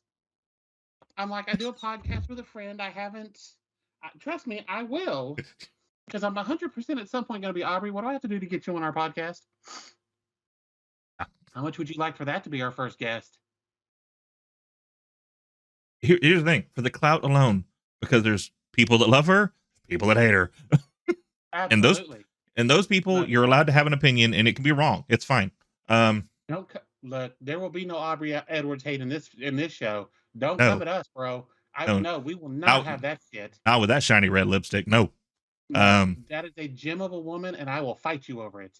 So anyway, I'm glad Anyway, you brought that because that got us to get off the toxic topic of toxic fans and toxic non-fans.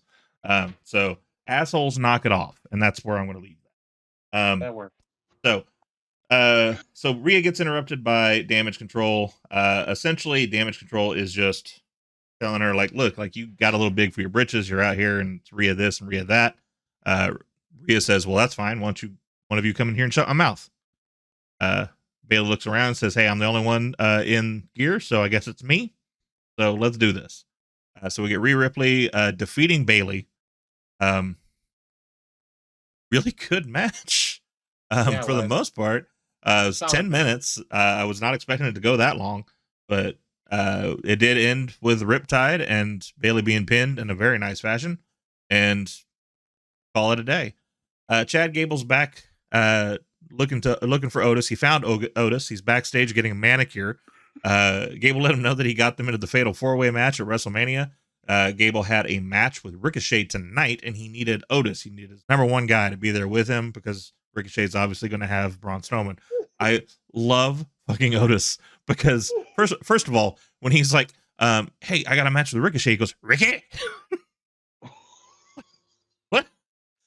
Expect he's got the cucumbers and he You left out the fact that he had the cucumbers on his eyes and he sat up and they fell on his chest and then he picked them up and ate them.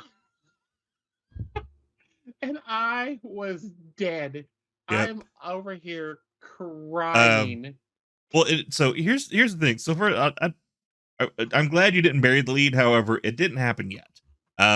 Maxine Dupree shows up, and so basically, like Maxine's telling him, like, "Hey, your manicure looks good. We've got these things. They saw your shots. They want to book you, so we need to get going." And he's like, "No, we've got the match," and they're fighting kind of back and forth. While Chad and Maxine are going back and forth, Otis is just kind of back there, and he looks down and he sees the one cucumber on his chest and goes, just eats it while they're arguing back and forth. So Otis Finally, Gable pleads with Otis and he tells him to come with him. Otis looks at Maxine, looks at Coach, looks back at Maxine and goes, "Coach, let's ride." They walk away.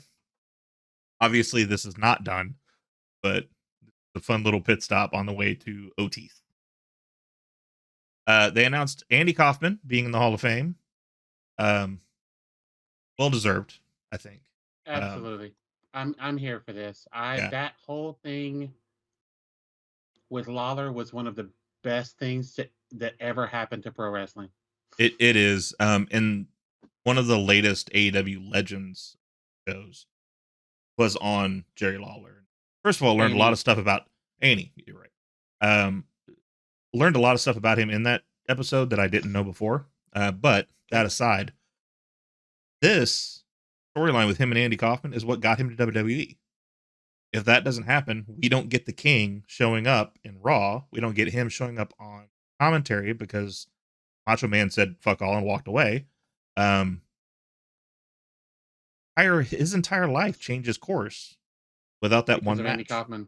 Yeah, so absolutely well deserved.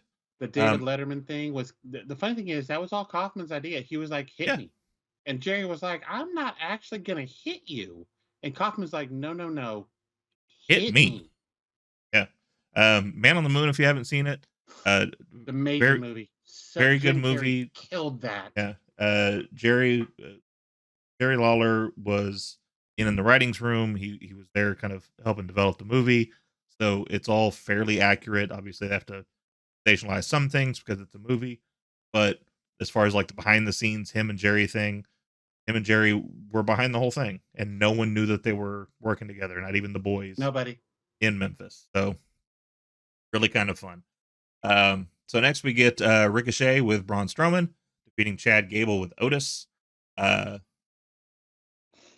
match. I mean, it was a solid match. You can't get these two boys in a match and not have a good one. Right. Gable's great as it is.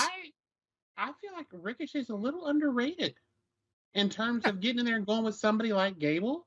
Oh yeah. Well, and it's a good matching. So, obviously would I like to see Chad Gable versus another like mat technician? Like if Gable Stevenson decides he's still going to come in, would I like to see those two go at it? Absolutely, because they have that same mentality and that same style. Right. However, you get a high flyer, a guy that can flip and fly around like Ricochet does, and have him go against Chad Gable, which can lift and throw anybody. Okay, I'm good with it. Let's do that. There's a little bit of distraction because Otis is back there. Commentaries keeps talking about how he keeps looking at his nails because he just got his nails done and manicured and all that. I think the funniest moment of it is, who's the other guy? You got Corey Graves. Who's the other guy? I always forget his name. Kevin Patrick. Kevin Patrick is going. Keep going. That's all right. Kevin Patrick's like, was it a manicure? Is that what he got? And Corey Graves goes, well, that is the thing where you get your fingernails done. Yes. You idiot. So he's back there looking at his nails. Talking to him like an idiot reminds me of him talking to Phillips. Yeah. Tom Phillips. Mike Tom Mike. Not to be confused. Yes, not to be confused with Mike Tom, but Tom Mike. Yeah. Anyway, should always be funny. Towards the end of this, they trade cradles until Gable hits a cliffhanger DDT for 2. Gable applied the ankle lock, but Ricochet slipped out and hit a super kick and a knee strike. But Gable came out with a dragon suplex for 2. Now at this point, we start seeing some outside shenanigans happening. Otis is out there. Maxine has come out there. This caused a distraction for Gable, which then allowed Ricochet to hit Destino and then a shooting star press for the pinfall. Hit what? A Destino. The hell is that? That's his precursor to the shooting. I don't know how to explain it. I don't know how to explain it. Look up to me. What I'm doing. Anyway, it was a fun match. Definitely would like to see those two go longer, and have more matches. This was lead up to, of course, the 4-way match that we're having Mania, between the tag teams. But having the Dupree thing happen, out outside and having her drag away Otis because he's got to go do his thing. Next we have Raw Women's Champion Bianca Belair and Asuka. They defeated Piper Niven and Chelsea Green. I think we knew how that was going to go. I will say I would not have hated Chelsea getting the pin in this because Bianca and Asuka can't get along together. Would have been it would have made more sense. Yeah. Towards the end of this, Belair saw Niven coming, so she shoved Asuka out of the way to protect her. Belair then used the ropes to aid her in hitting Niven with a KOD. It annoyed me a little bit because the commentary made it seem like we've never seen this before. Her and Piper Niven had a program, and she KOD'd her every single time. So I don't know why we were like, oh my God, she got her up. The move is basically sliced bread number 2. He hooked him up, ran up the ropes, flipped over, almost a reverse cutter, where he's face down and they're on their back. It's sliced bread number 2. They just had to give it a pretty name to make themselves feel better about life. Apparently. So she hits the KOD, big pop from the crowd.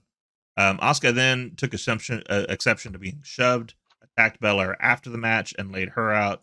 The crowd liked Belair, but they only lightly booed Asuka because people love Asuka. This match is going to be a banger. This match is going to be so good. Absolutely. To me, this should jerk the curtain night too. I could see that. That would be good. Whichever night the Usos and KO and Sammy don't jerk the curtain, this should be the other. That would be night 2 then. Night 1, I still say you got to start off WrestleMania with that. You should bookend the Bloodline story. After that, there was a Snickers commercial with AJ Styles and Braun Breaker, which included Styles doing some Steiner math. So, next week on Raw, we find out we're going to get a weigh-in with Lesnar and Omos. To end the night, we have Roman Reigns calling out Cody Rhodes.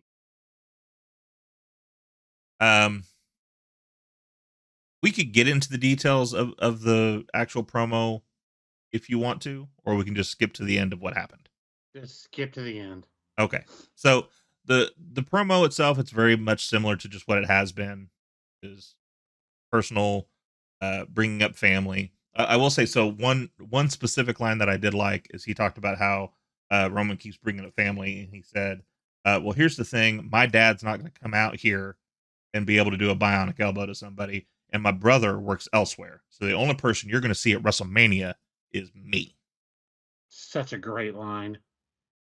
So what ends up happening, though, is at the end of this, so Reigns kind of, let's go, we're leaving. So he gets out, Wise Man gets out, Solo is still standing there. During the back and forth of him and Roman, he kind of talked to Solo a little bit in it. During the original promo, he's talking to Solo specifically, and he is looking at him and going, hey, let me tell you from someone who was a second generation superstar under the thumb of a world champion, you're not ready. So a little bit of talking happens. Reigns leaves. Paul leaves. They're about halfway up the ramp, and they notice Solo hasn't left the ring. And so he's about to... He's standing there. He's kind of face to face with him. Roman's like, hey, no, come on. Let's go now. So he starts to walk away. He gets one leg out of the ring. And Cody goes, like I said, you're not ready. And so he steps back in, takes the towel off his head, throws it down, and little weird direction on this, in my opinion. But so he does his little reference to his dad, Umaga, and he's about to do the spike, and then he gets kicked out of nowhere. Uncle, yeah. He got kicked out of nowhere. So then he's about to go back at him. Reigns gets up, stops him. We did find out, though, that we're going to end up seeing next week Cody Solo. That'll be nice. Be interesting to see how they do that, because Solo still has not lost. But surely you're not having Cody lose. There's got to be some shenanigans. So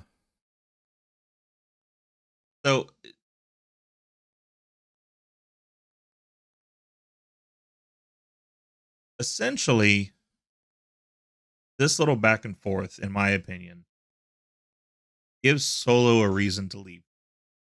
Another one of the lines that he says in there is, what's going to happen after WrestleMania is, first, Jay's going to leave you.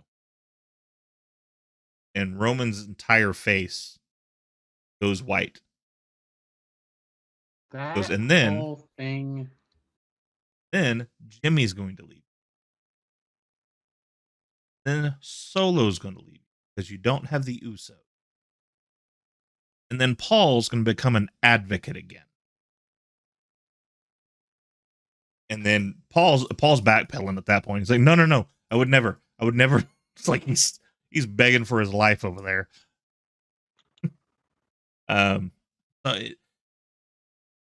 Here's my question. Cody being clairvoyant here? Is this exactly how we're going to see that? Because this is something that Corey saw on Twitter. Do you know who it was that posted it? Have that, or I don't. Okay. Unfortunately, we can't credit who it was. However, she saw on Twitter, we think back to the hug that Jay and Sammy had before Jay turned on Sammy. Sammy's face. His facial expression changed during the hug. Like he was super happy, and then he kind of went a little stoic during this hug. So the theory is, what if he's telling Sammy in his ear during that hug how this is going to go down? He's already planning this. Not a bad thought. It's not. It's not a bad thought at all, because if Jay said, look, I'm going to do this, but I still got you. I need you to work with me. And Sammy, and then basically just let go. That means this whole thing, the question becomes, if that's the case, does KO turn on Sammy when he goes, look, I couldn't tell you? KO gonna go, why didn't you just say something? You know what I mean? Right. There's so many things that could just ripple effect depending on how they do this. Right. But yeah, what if Jay is the mastermind here? Yep. The only thing, and when you and I discussed it, it's what I told you. The only thing that I think I'd have a hard time buying is, at the end of the day, we still need to get the titles on Kevin and Sammy, which means that knockdown, drag out match, or else we're not going to believe that the Usos lost the titles. Yeah, Those have been everybody. So that's the only part of it I'd have a hard time buying. That Jay somehow set this up. Yes, but if Jay said to Jimmy, look, as long as we have these and keep winning, we're never going to get away from him.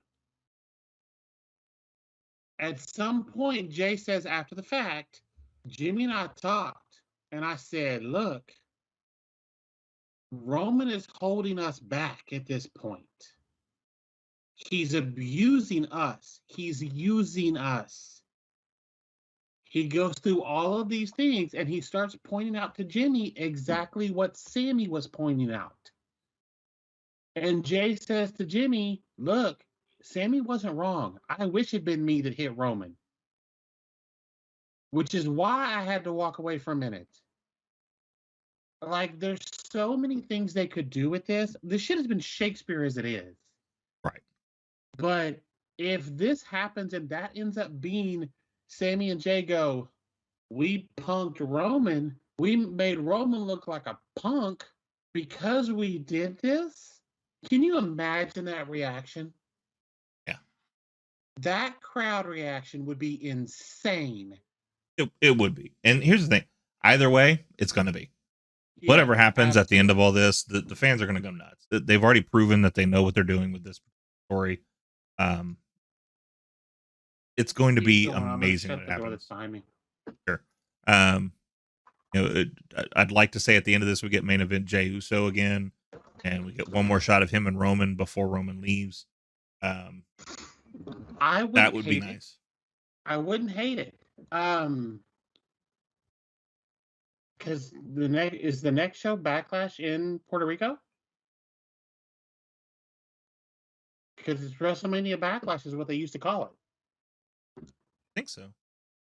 If that's the case, Roman loses. The Monday after, Jay comes out and says, "Guess what, punk? We all played you. You a buster. We're tired of you. However you want to do it."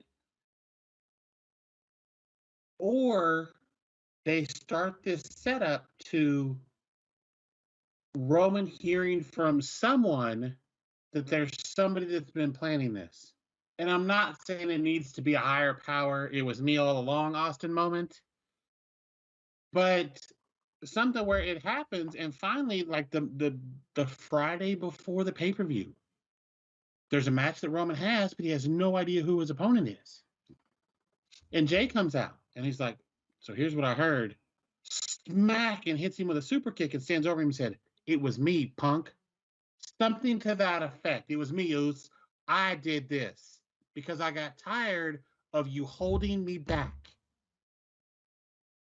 So here's what I'd like to see. A little bit of fantasy booking from Michael. All right. And I steal this because to me, the best things are stolen.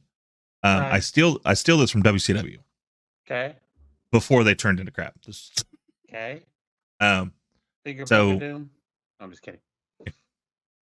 Yeah, the thing that Kevin Nash booked, because of course he's going to book himself to win the title and lose it to Hogan the next night. Of course he's going to do that. So Jay leaves, Solo leaves. Jimmy's the last one. He's the one that started this whole thing with Roman. He's the last one. Can't be the first one that leaves. Needs to be the last one. Everybody's left. Paul's not there anymore. Not there anymore. Solo's not there anymore. Okay. Last person, his right-hand man. The only person that's with him. They want to do one shot at Sami and KO. We're going to get the titles back. I've lost the world titles. We're going to get these tag titles back. We're going to start it. Start again. Okay. Roman starts. Because of everything going on, Roman's not on his game. Ass beat. Roman tags in Jay. Jay lays him out with a super kick. Walks away. I get that. Most people remember it from the promo that Dustin had with Dusty. Okay. Of Dusty begging him, going, "You don't need another partner. You don't need nobody. You just need me. I'll roll my dusty, crusty ass out there one more time. Will you be my partner?" What I remember though is the show before that, because it was Dustin trying to get. It was so good. Trying to get back at I want to say it was Flair and somebody. And so it's a spot. Might have been. Arn was a face at the time. So he begged Arn to be his partner. And Arn turned on him that night. Dustin's getting his ass whooped. He goes to tag in Arn, and Arn's like, he's looking like he's about to face off with him. Stands up, Dustin. Then boom, DDT. Walks away. Like that, to me, that's perfect for this thing, because yeah, he's going to trust Jay. It's his last hope. His last hope that his right hand man See, is not going to leave I would him. do it. I would do it just a little different. Okay. So Roman's legal man taking the beat down. Something goes to happen, and Jay jumps in to stand next to him. So Roman's still the legal man. Hits him with the super kick and walks away. And at the Okay. top of the Yeah. ramp, Jay is standing there.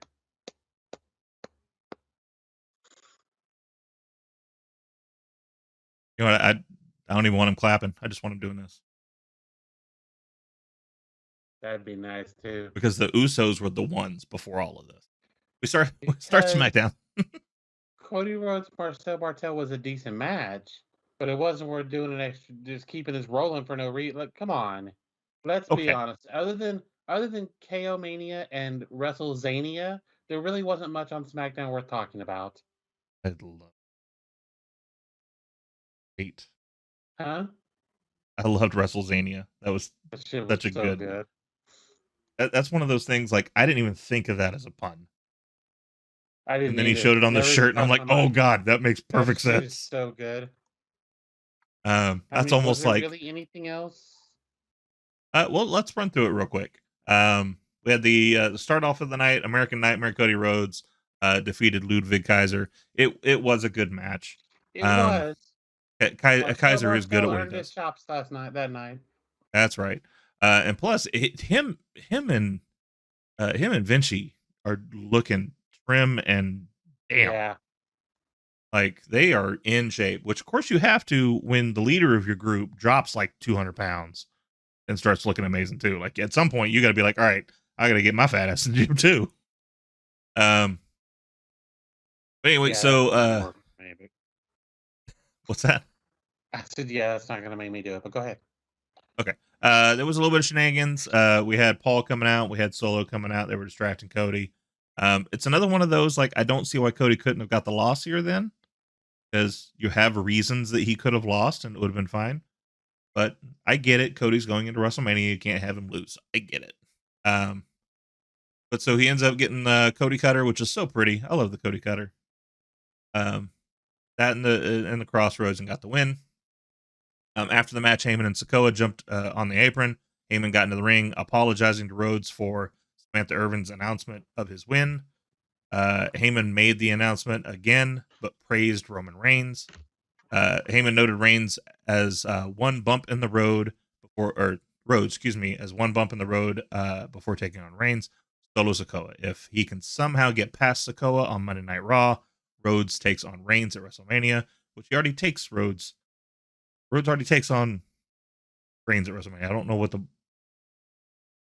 weird statement for him to make of, yeah, get past Solo and then you get to face Reigns. No, he already gets to. Paul, it's already there. We've been building this up for the last few months now. We're already there.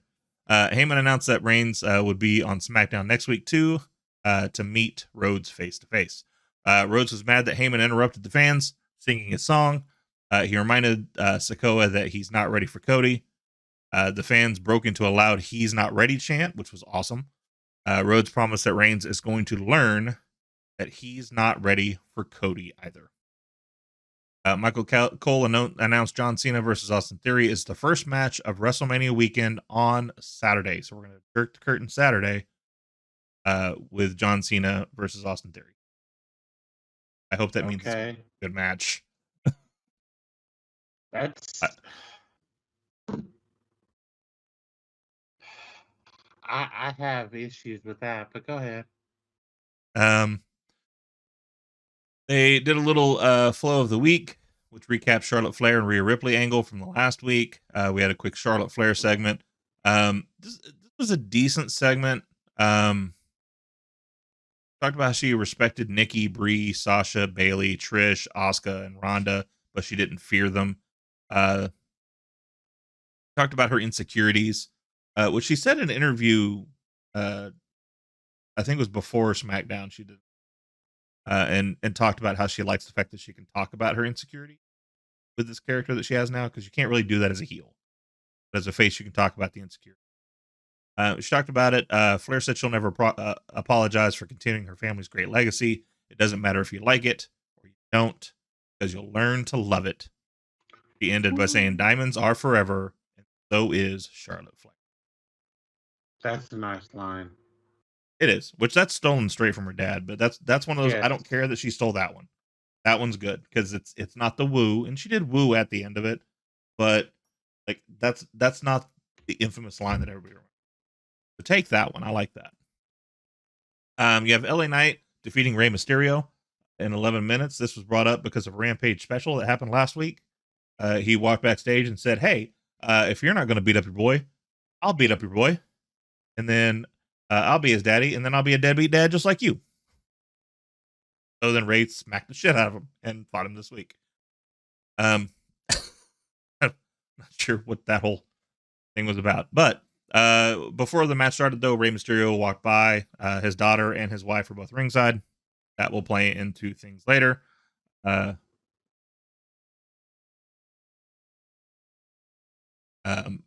what ends up happening in this match is Ray ends up getting the win. All right, so LA Knight defeated Ray. I think it was a fun match. I think they should have talked more about it. But yes, it was just a general Ray match. Dominic comes out and he's kind of running his mouth. He's talking to his sister and his mom, and basically saying, like, look, like, he was a deadbeat dad and you were there, which makes you a deadbeat mom. And then Aaliyah starts to stand up and he goes, what are you going to do about it? So his mom takes the mic, tells her to shut her mouth. And then Ray comes down and Dominic notices that Ray's now coming at him. And then Ray just knocks the shit out of him.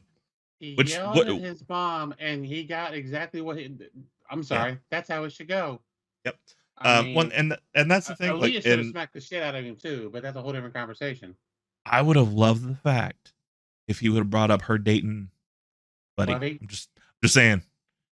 What are you going to do about it? Your boyfriend's not here.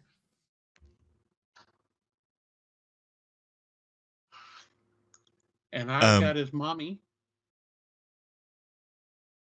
There could have been so many things that could have been said there that would have been perfect. Anyway, so he knocks Dominic's dick in the dirt, and then tells him, like, look, you pushed me to this, you asked for this, you begged for this, but you don't talk to your mom like that. So you want it, you got it. We got a match at WrestleMania. I do wish this kind of would have. I hate to say this. I wish it could have went on longer because I think the story could have been told better.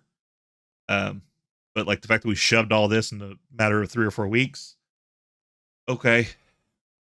Like, it's an easy story to tell, but there definitely could have been more to mention.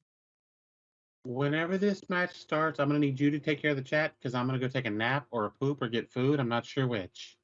Because I don't care. I gotcha. They showed the popular Las Vegas act Piff the Magic Dragon at ringside, who made a banana disappear. I also saw that once on a video, but we won't talk about that. So did China, and never mind. Yeah. Anyway, I see what happened. They talked about the Ray match after the slap. All right. Cole and Barrett discussed Andy Kaufman's Hall of Fame induction. We got a WrestleMania Showcase qualifying match. It was Natalya and Shotzi, which are now called Shots to the Heart. Defeated Lacey Evans and Xia Li, which is called The Warrior and the Racist. Raquel Rodriguez and Liv Morgan were ringside. A fun little tidbit about these two: they were both wearing jean-colored clothing, which apparently they did not plan. It was just. Liv tweeted about that. Was like, we didn't plan this either. It just happened to work that way. Which that is just awesome. And then Liv tweeted videos of her and Sonya at the Taylor Swift show singing at the top of their lungs, and that shit is great. It is. Follow Liv Morgan's Twitter. I definitely recommend it. It's one of those things. Okay, so I get there's not tag teams in the women's division. I get it. There's not. The Bellas were really the only tag team in the women's division, and then eventually we had the Riot Squad. We had the Divas of Doom. But there's not a lot of just like women going in to be tag teams. I get it. So you got these random thrown together things. I don't understand Shotzi and Natalia. I don't understand that at all. I also don't understand Liv and Raquel either. I don't understand that one. I do, for one reason. Who was Liv's partner? No, that was Alexa. It was Alexa and Braun. Yep. I was going to say, because Liv and Braun had a thing, but it was Alexa. I don't know. So I got nothing. Because they match clothing. That's why. But here's my thing. Like, I get the thing with Sonya. Just turn her face. Her would Liv. That way it makes sense, at least. Because they're posting things. They're best They're friends. besties outside. Makes sense. That's all I'm asking. Just make shit make sense. Yeah. So anyway, it was a decent. Just try and lower those expectations. Yeah. Like I do it every week. Over here. Every week. But Natalia and Shotzi got the win. After the match, Liv and Raquel got up on the apron. We got half of the UFC 4 horsewomen coming down to the ring. You have a wonderful little segment from Shayna, and then Ronda picked up the mic, and I stopped caring. I stopped caring the second Ronda walked through the curtain.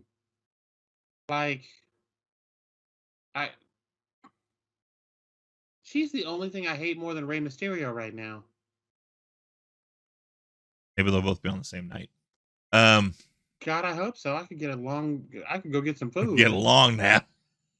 Go take a long poop or something. Fuck those two. Anyway, so we find out that I don't give a shit. Out that Ronda and Shayna have also been added to this match. And apparently there's going to be just going to get added to the match. Like, bitch, you ain't been here and done nothing. I don't know. Logan Paul's been here for a cup of coffee, and he's still 20 times better than you are. Like, are you kidding? From the chatter that I've seen, apparently there is talk of there being a fourth team in this as well. There is. It's going to be like the men's. And so the fact that we haven't really discussed who that's going to be, I'm kind of interested to see. 2 other random people in there. It's going to be Chelsea and Carmella. It'll be Chelsea and somebody. Hopefully, Carmella. Chelsea and Piper. There's a WrestleMania 39 Intercontinental Title match contract signing. It went about as well as contract signings in the WWE go. You had both of the Banger Boys sign their names to the match, and then out comes Gunther, conspicuously by himself. But he comes out there, he signs his name, and he gets into Adam Pearce a little bit about, like, look, I did it. Like, whatever I got to do, I guess, to keep this title, I'll do it. But now it's all on you. You made me sign this, and so whatever I have to do is justified now. And then at that point, I refuse to call him that name, Peter Dune. Then apparently starts jaw-jacking, which I didn't hear what he said, but he starts jaw-jacking Gunther. Gunther looks at him and goes like, what are you going to do about it? And he hops over the table and just starts waylaying on Gunther, which then apparently makes a match. Adam Pearce was right there. Why not? They called the manager. Pete Dunne is amazing. He is. And apparently they're talking about getting him away from them and putting him back to being Pete Dunne. And I'm here for every minute of that because this Butch gimmick is fucking stupid. Here's the thing. I like the gimmick. I just hate the name. I'm fine with him just being the spunky little dude that thinks he's bigger than what he is and tries to beat up everybody. I'm good with that. He's I'm not calling him Butch. Pump. He needs to calm down. Well, he's not Scott D'Amore doing Canadian Destroyers either. That Destroyer was fucking pretty too. It was. I don't even know who he hit it on, but that shit was nice. And some schmuck. But anyway, that turned into a match. Of course, Gunther ended up defeating Butch, mainly because some weird stuff happened on the outside. You had McIntyre gave the Glasgow kiss to Sheamus, and then sidestepped Holland, ran him into the pole. He got brogue kicked out of his boots. Then Sheamus goes face to face with Gunther, and then he has this weird look in his face, steps aside, and then all of a sudden we get a Claymore kick to Gunther. So a lot of weird back and forth going on there. We get in the back and we have the Street Profits, and they're discussing the 4-way showcase match at WrestleMania. They're talking about the people they got to go against, and the last persons they talk about is Ricochet and Braun Strowman. They say, well, what exactly do they have in common? They rub their top of their heads and they go, smooth operator. I love those boys. Which then, like, Ricochet and Braun Strowman then go face to face with them. And I'm like, are you making fun of us because we're bald? No, they just said smooth operator. Like, what the hell? Make fun of you because you're bald. They just reference that you're bald. Yeah, Rampage special. pretty much. Then we had the KO show making its wonderful return. So KO comes out, and then he announces his guest for the week, which is Sami Zayn. Sami Zayn comes out, and then KO goes, so, all right, so I announced you out here separately. We didn't come out here together like we probably should have. You got your own pop. I hope you're happy. And then, of course, Sami's like, what? I didn't want my own pop. I would have been fine if we would have came out here. I didn't have to have a separate one. I didn't need that. And then obviously flustered, he goes, all right, so any like other backstage stuff you want to talk about here, or can we just talk about why we're actually here? So then they start talking about what's going to end up happening. Owens puts over Sami. They have another hug, which KO has a wonderful line going, no. I hugged you earlier in the week. You get one of those a year. In which case the crowd, is cheering for them to hug, so they hugged again. He's talking about how their friendship has always kind of been the thing, and he was going at it all wrong, kind of repeating what he said a few weeks ago when he was trying to convince him to help him out of, like, obviously I shouldn't have been going at it as a business transaction. We always need each other. We've always been brothers. We've always been family. So that's why we need to do this. KO agrees. He says, though, like, I told you when you got that stupid Oos shirt that you needed a new shirt, and so I got you one. Pulls a shirt out, and it's got KO Mania on it. It's a new KO Mania shirt. And Sami seems absolutely pleased with that. He's like, hey, that's the new KO Mania shirt. He's like, yeah, I do that every year. But this is actually the back of this shirt. And he throws it at him, turns it over, and he looks at it, and it says WrestleZania on the other side of it. And he goes, which is brilliant. Yeah. He talks about how, like, the MVP of the WWE has been Sami Zayn this entire thing. Then the crowd starts chanting MVP, which I'm sure made Montel Vontae's Porter very happy in the back because he thought it was him. He's like, look, I'm getting a pop and I'm not even in the ring. But he noted that Sammy's been carrying the company. I quit. So as he's looking at the shirt and he puts on the shirt and he's like, this is where they did the hug. And of course they're kind of ending the segment. And at that point, out of nowhere, the Usos jump Zayn and Owens, and they beat the hell out of them. End up with the Usos outside the ring. KO's inside the ring with a chair. Sammy's hurt trying to get back up. Owens just telling him, look, come back in here when we can see you. Nice little thing. Great way to end the night. Next week, we are going to get the undisputed WWE Universal Champion Roman Reigns and Cody Rhodes going face-to-face meeting. We also get Drew McIntyre and Sheamus taking on Imperium's Ludwig Kaiser and Giovanni Vinci in a tag team match. We know how that's going to go. Oh my god! What's that? It's a rant. Go ahead. You have a problem with putting odd fellows together in a tag team match that you know is going to explode, and that's the only reason we're doing it? I fucking know how it's going to go. Plus, we have the Andre the Giant Memorial Battle Royal. Participants in this are going to be Bobby Lashley, LA Knight, Xavier Woods, Baron Corbin, Karrion Kross, Bronson Reed, Johnny Gargano, Madcap Moss, Elias, Rick Boogs, Mustafa Ali, Dolph Ziggler, both Brawling Brutes, Dexter Lumis, Santos Escobar, all of Hit Row, Los Lotharios, Cedric Alexander, Shelton Benjamin, Carl Anderson, Luke Gallows, Maximum Male Models, and Legado del Fantasma. A shit ton of people in this ring. Basically, we have everybody in this that doesn't have shit to do on Saturday or Sunday. Yep. Get them a paycheck on Friday, call it a day. There is no reason this is not being done Saturday or Sunday. Or on the pre-show.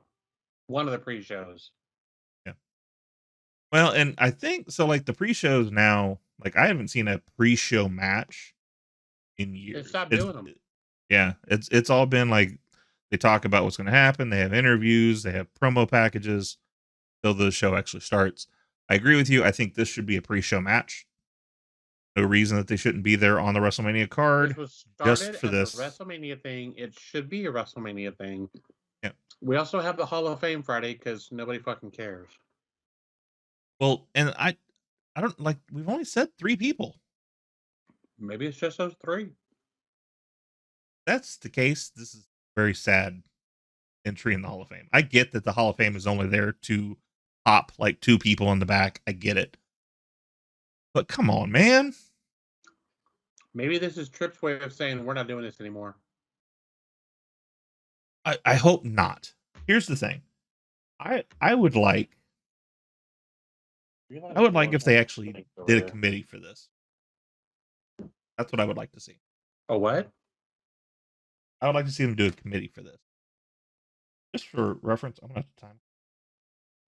Okay. I'll have to cut that out. Why?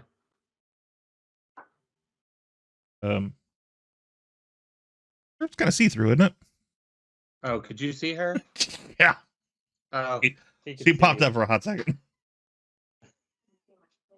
Well, you were covered, but he said the shirt was kind of see-through. So it is auto see-through. Yes, it is. I didn't realize you could see her. Yeah. Not that I care to see titties. I don't think we could put titties on YouTube. I mean, we could try. No, that's you, boo. We get our views up. Maybe. Special guest, Grace. I'm going to turn the camera off for a moment because she's behind me and I can kind of see her keep randomly popping up. Okay, she's gone. Never mind. Anyway. So a committee for what on the Hall of Fame? What would you do with it? Yeah. So like from my understanding, just from things I've heard from interviews that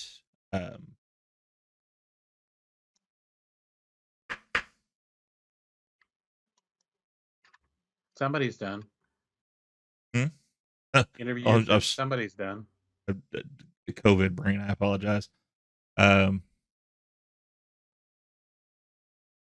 Wrestle. Huh? Something to wrestle.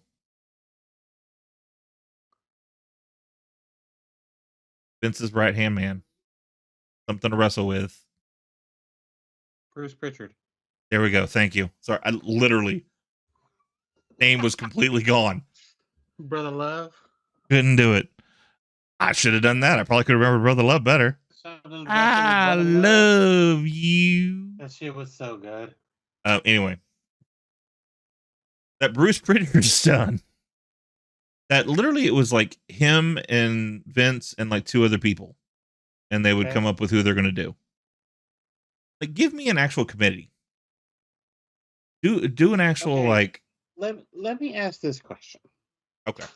At this point, who really would you put in that's not there? Legitimately. Legitimately, a lot of people.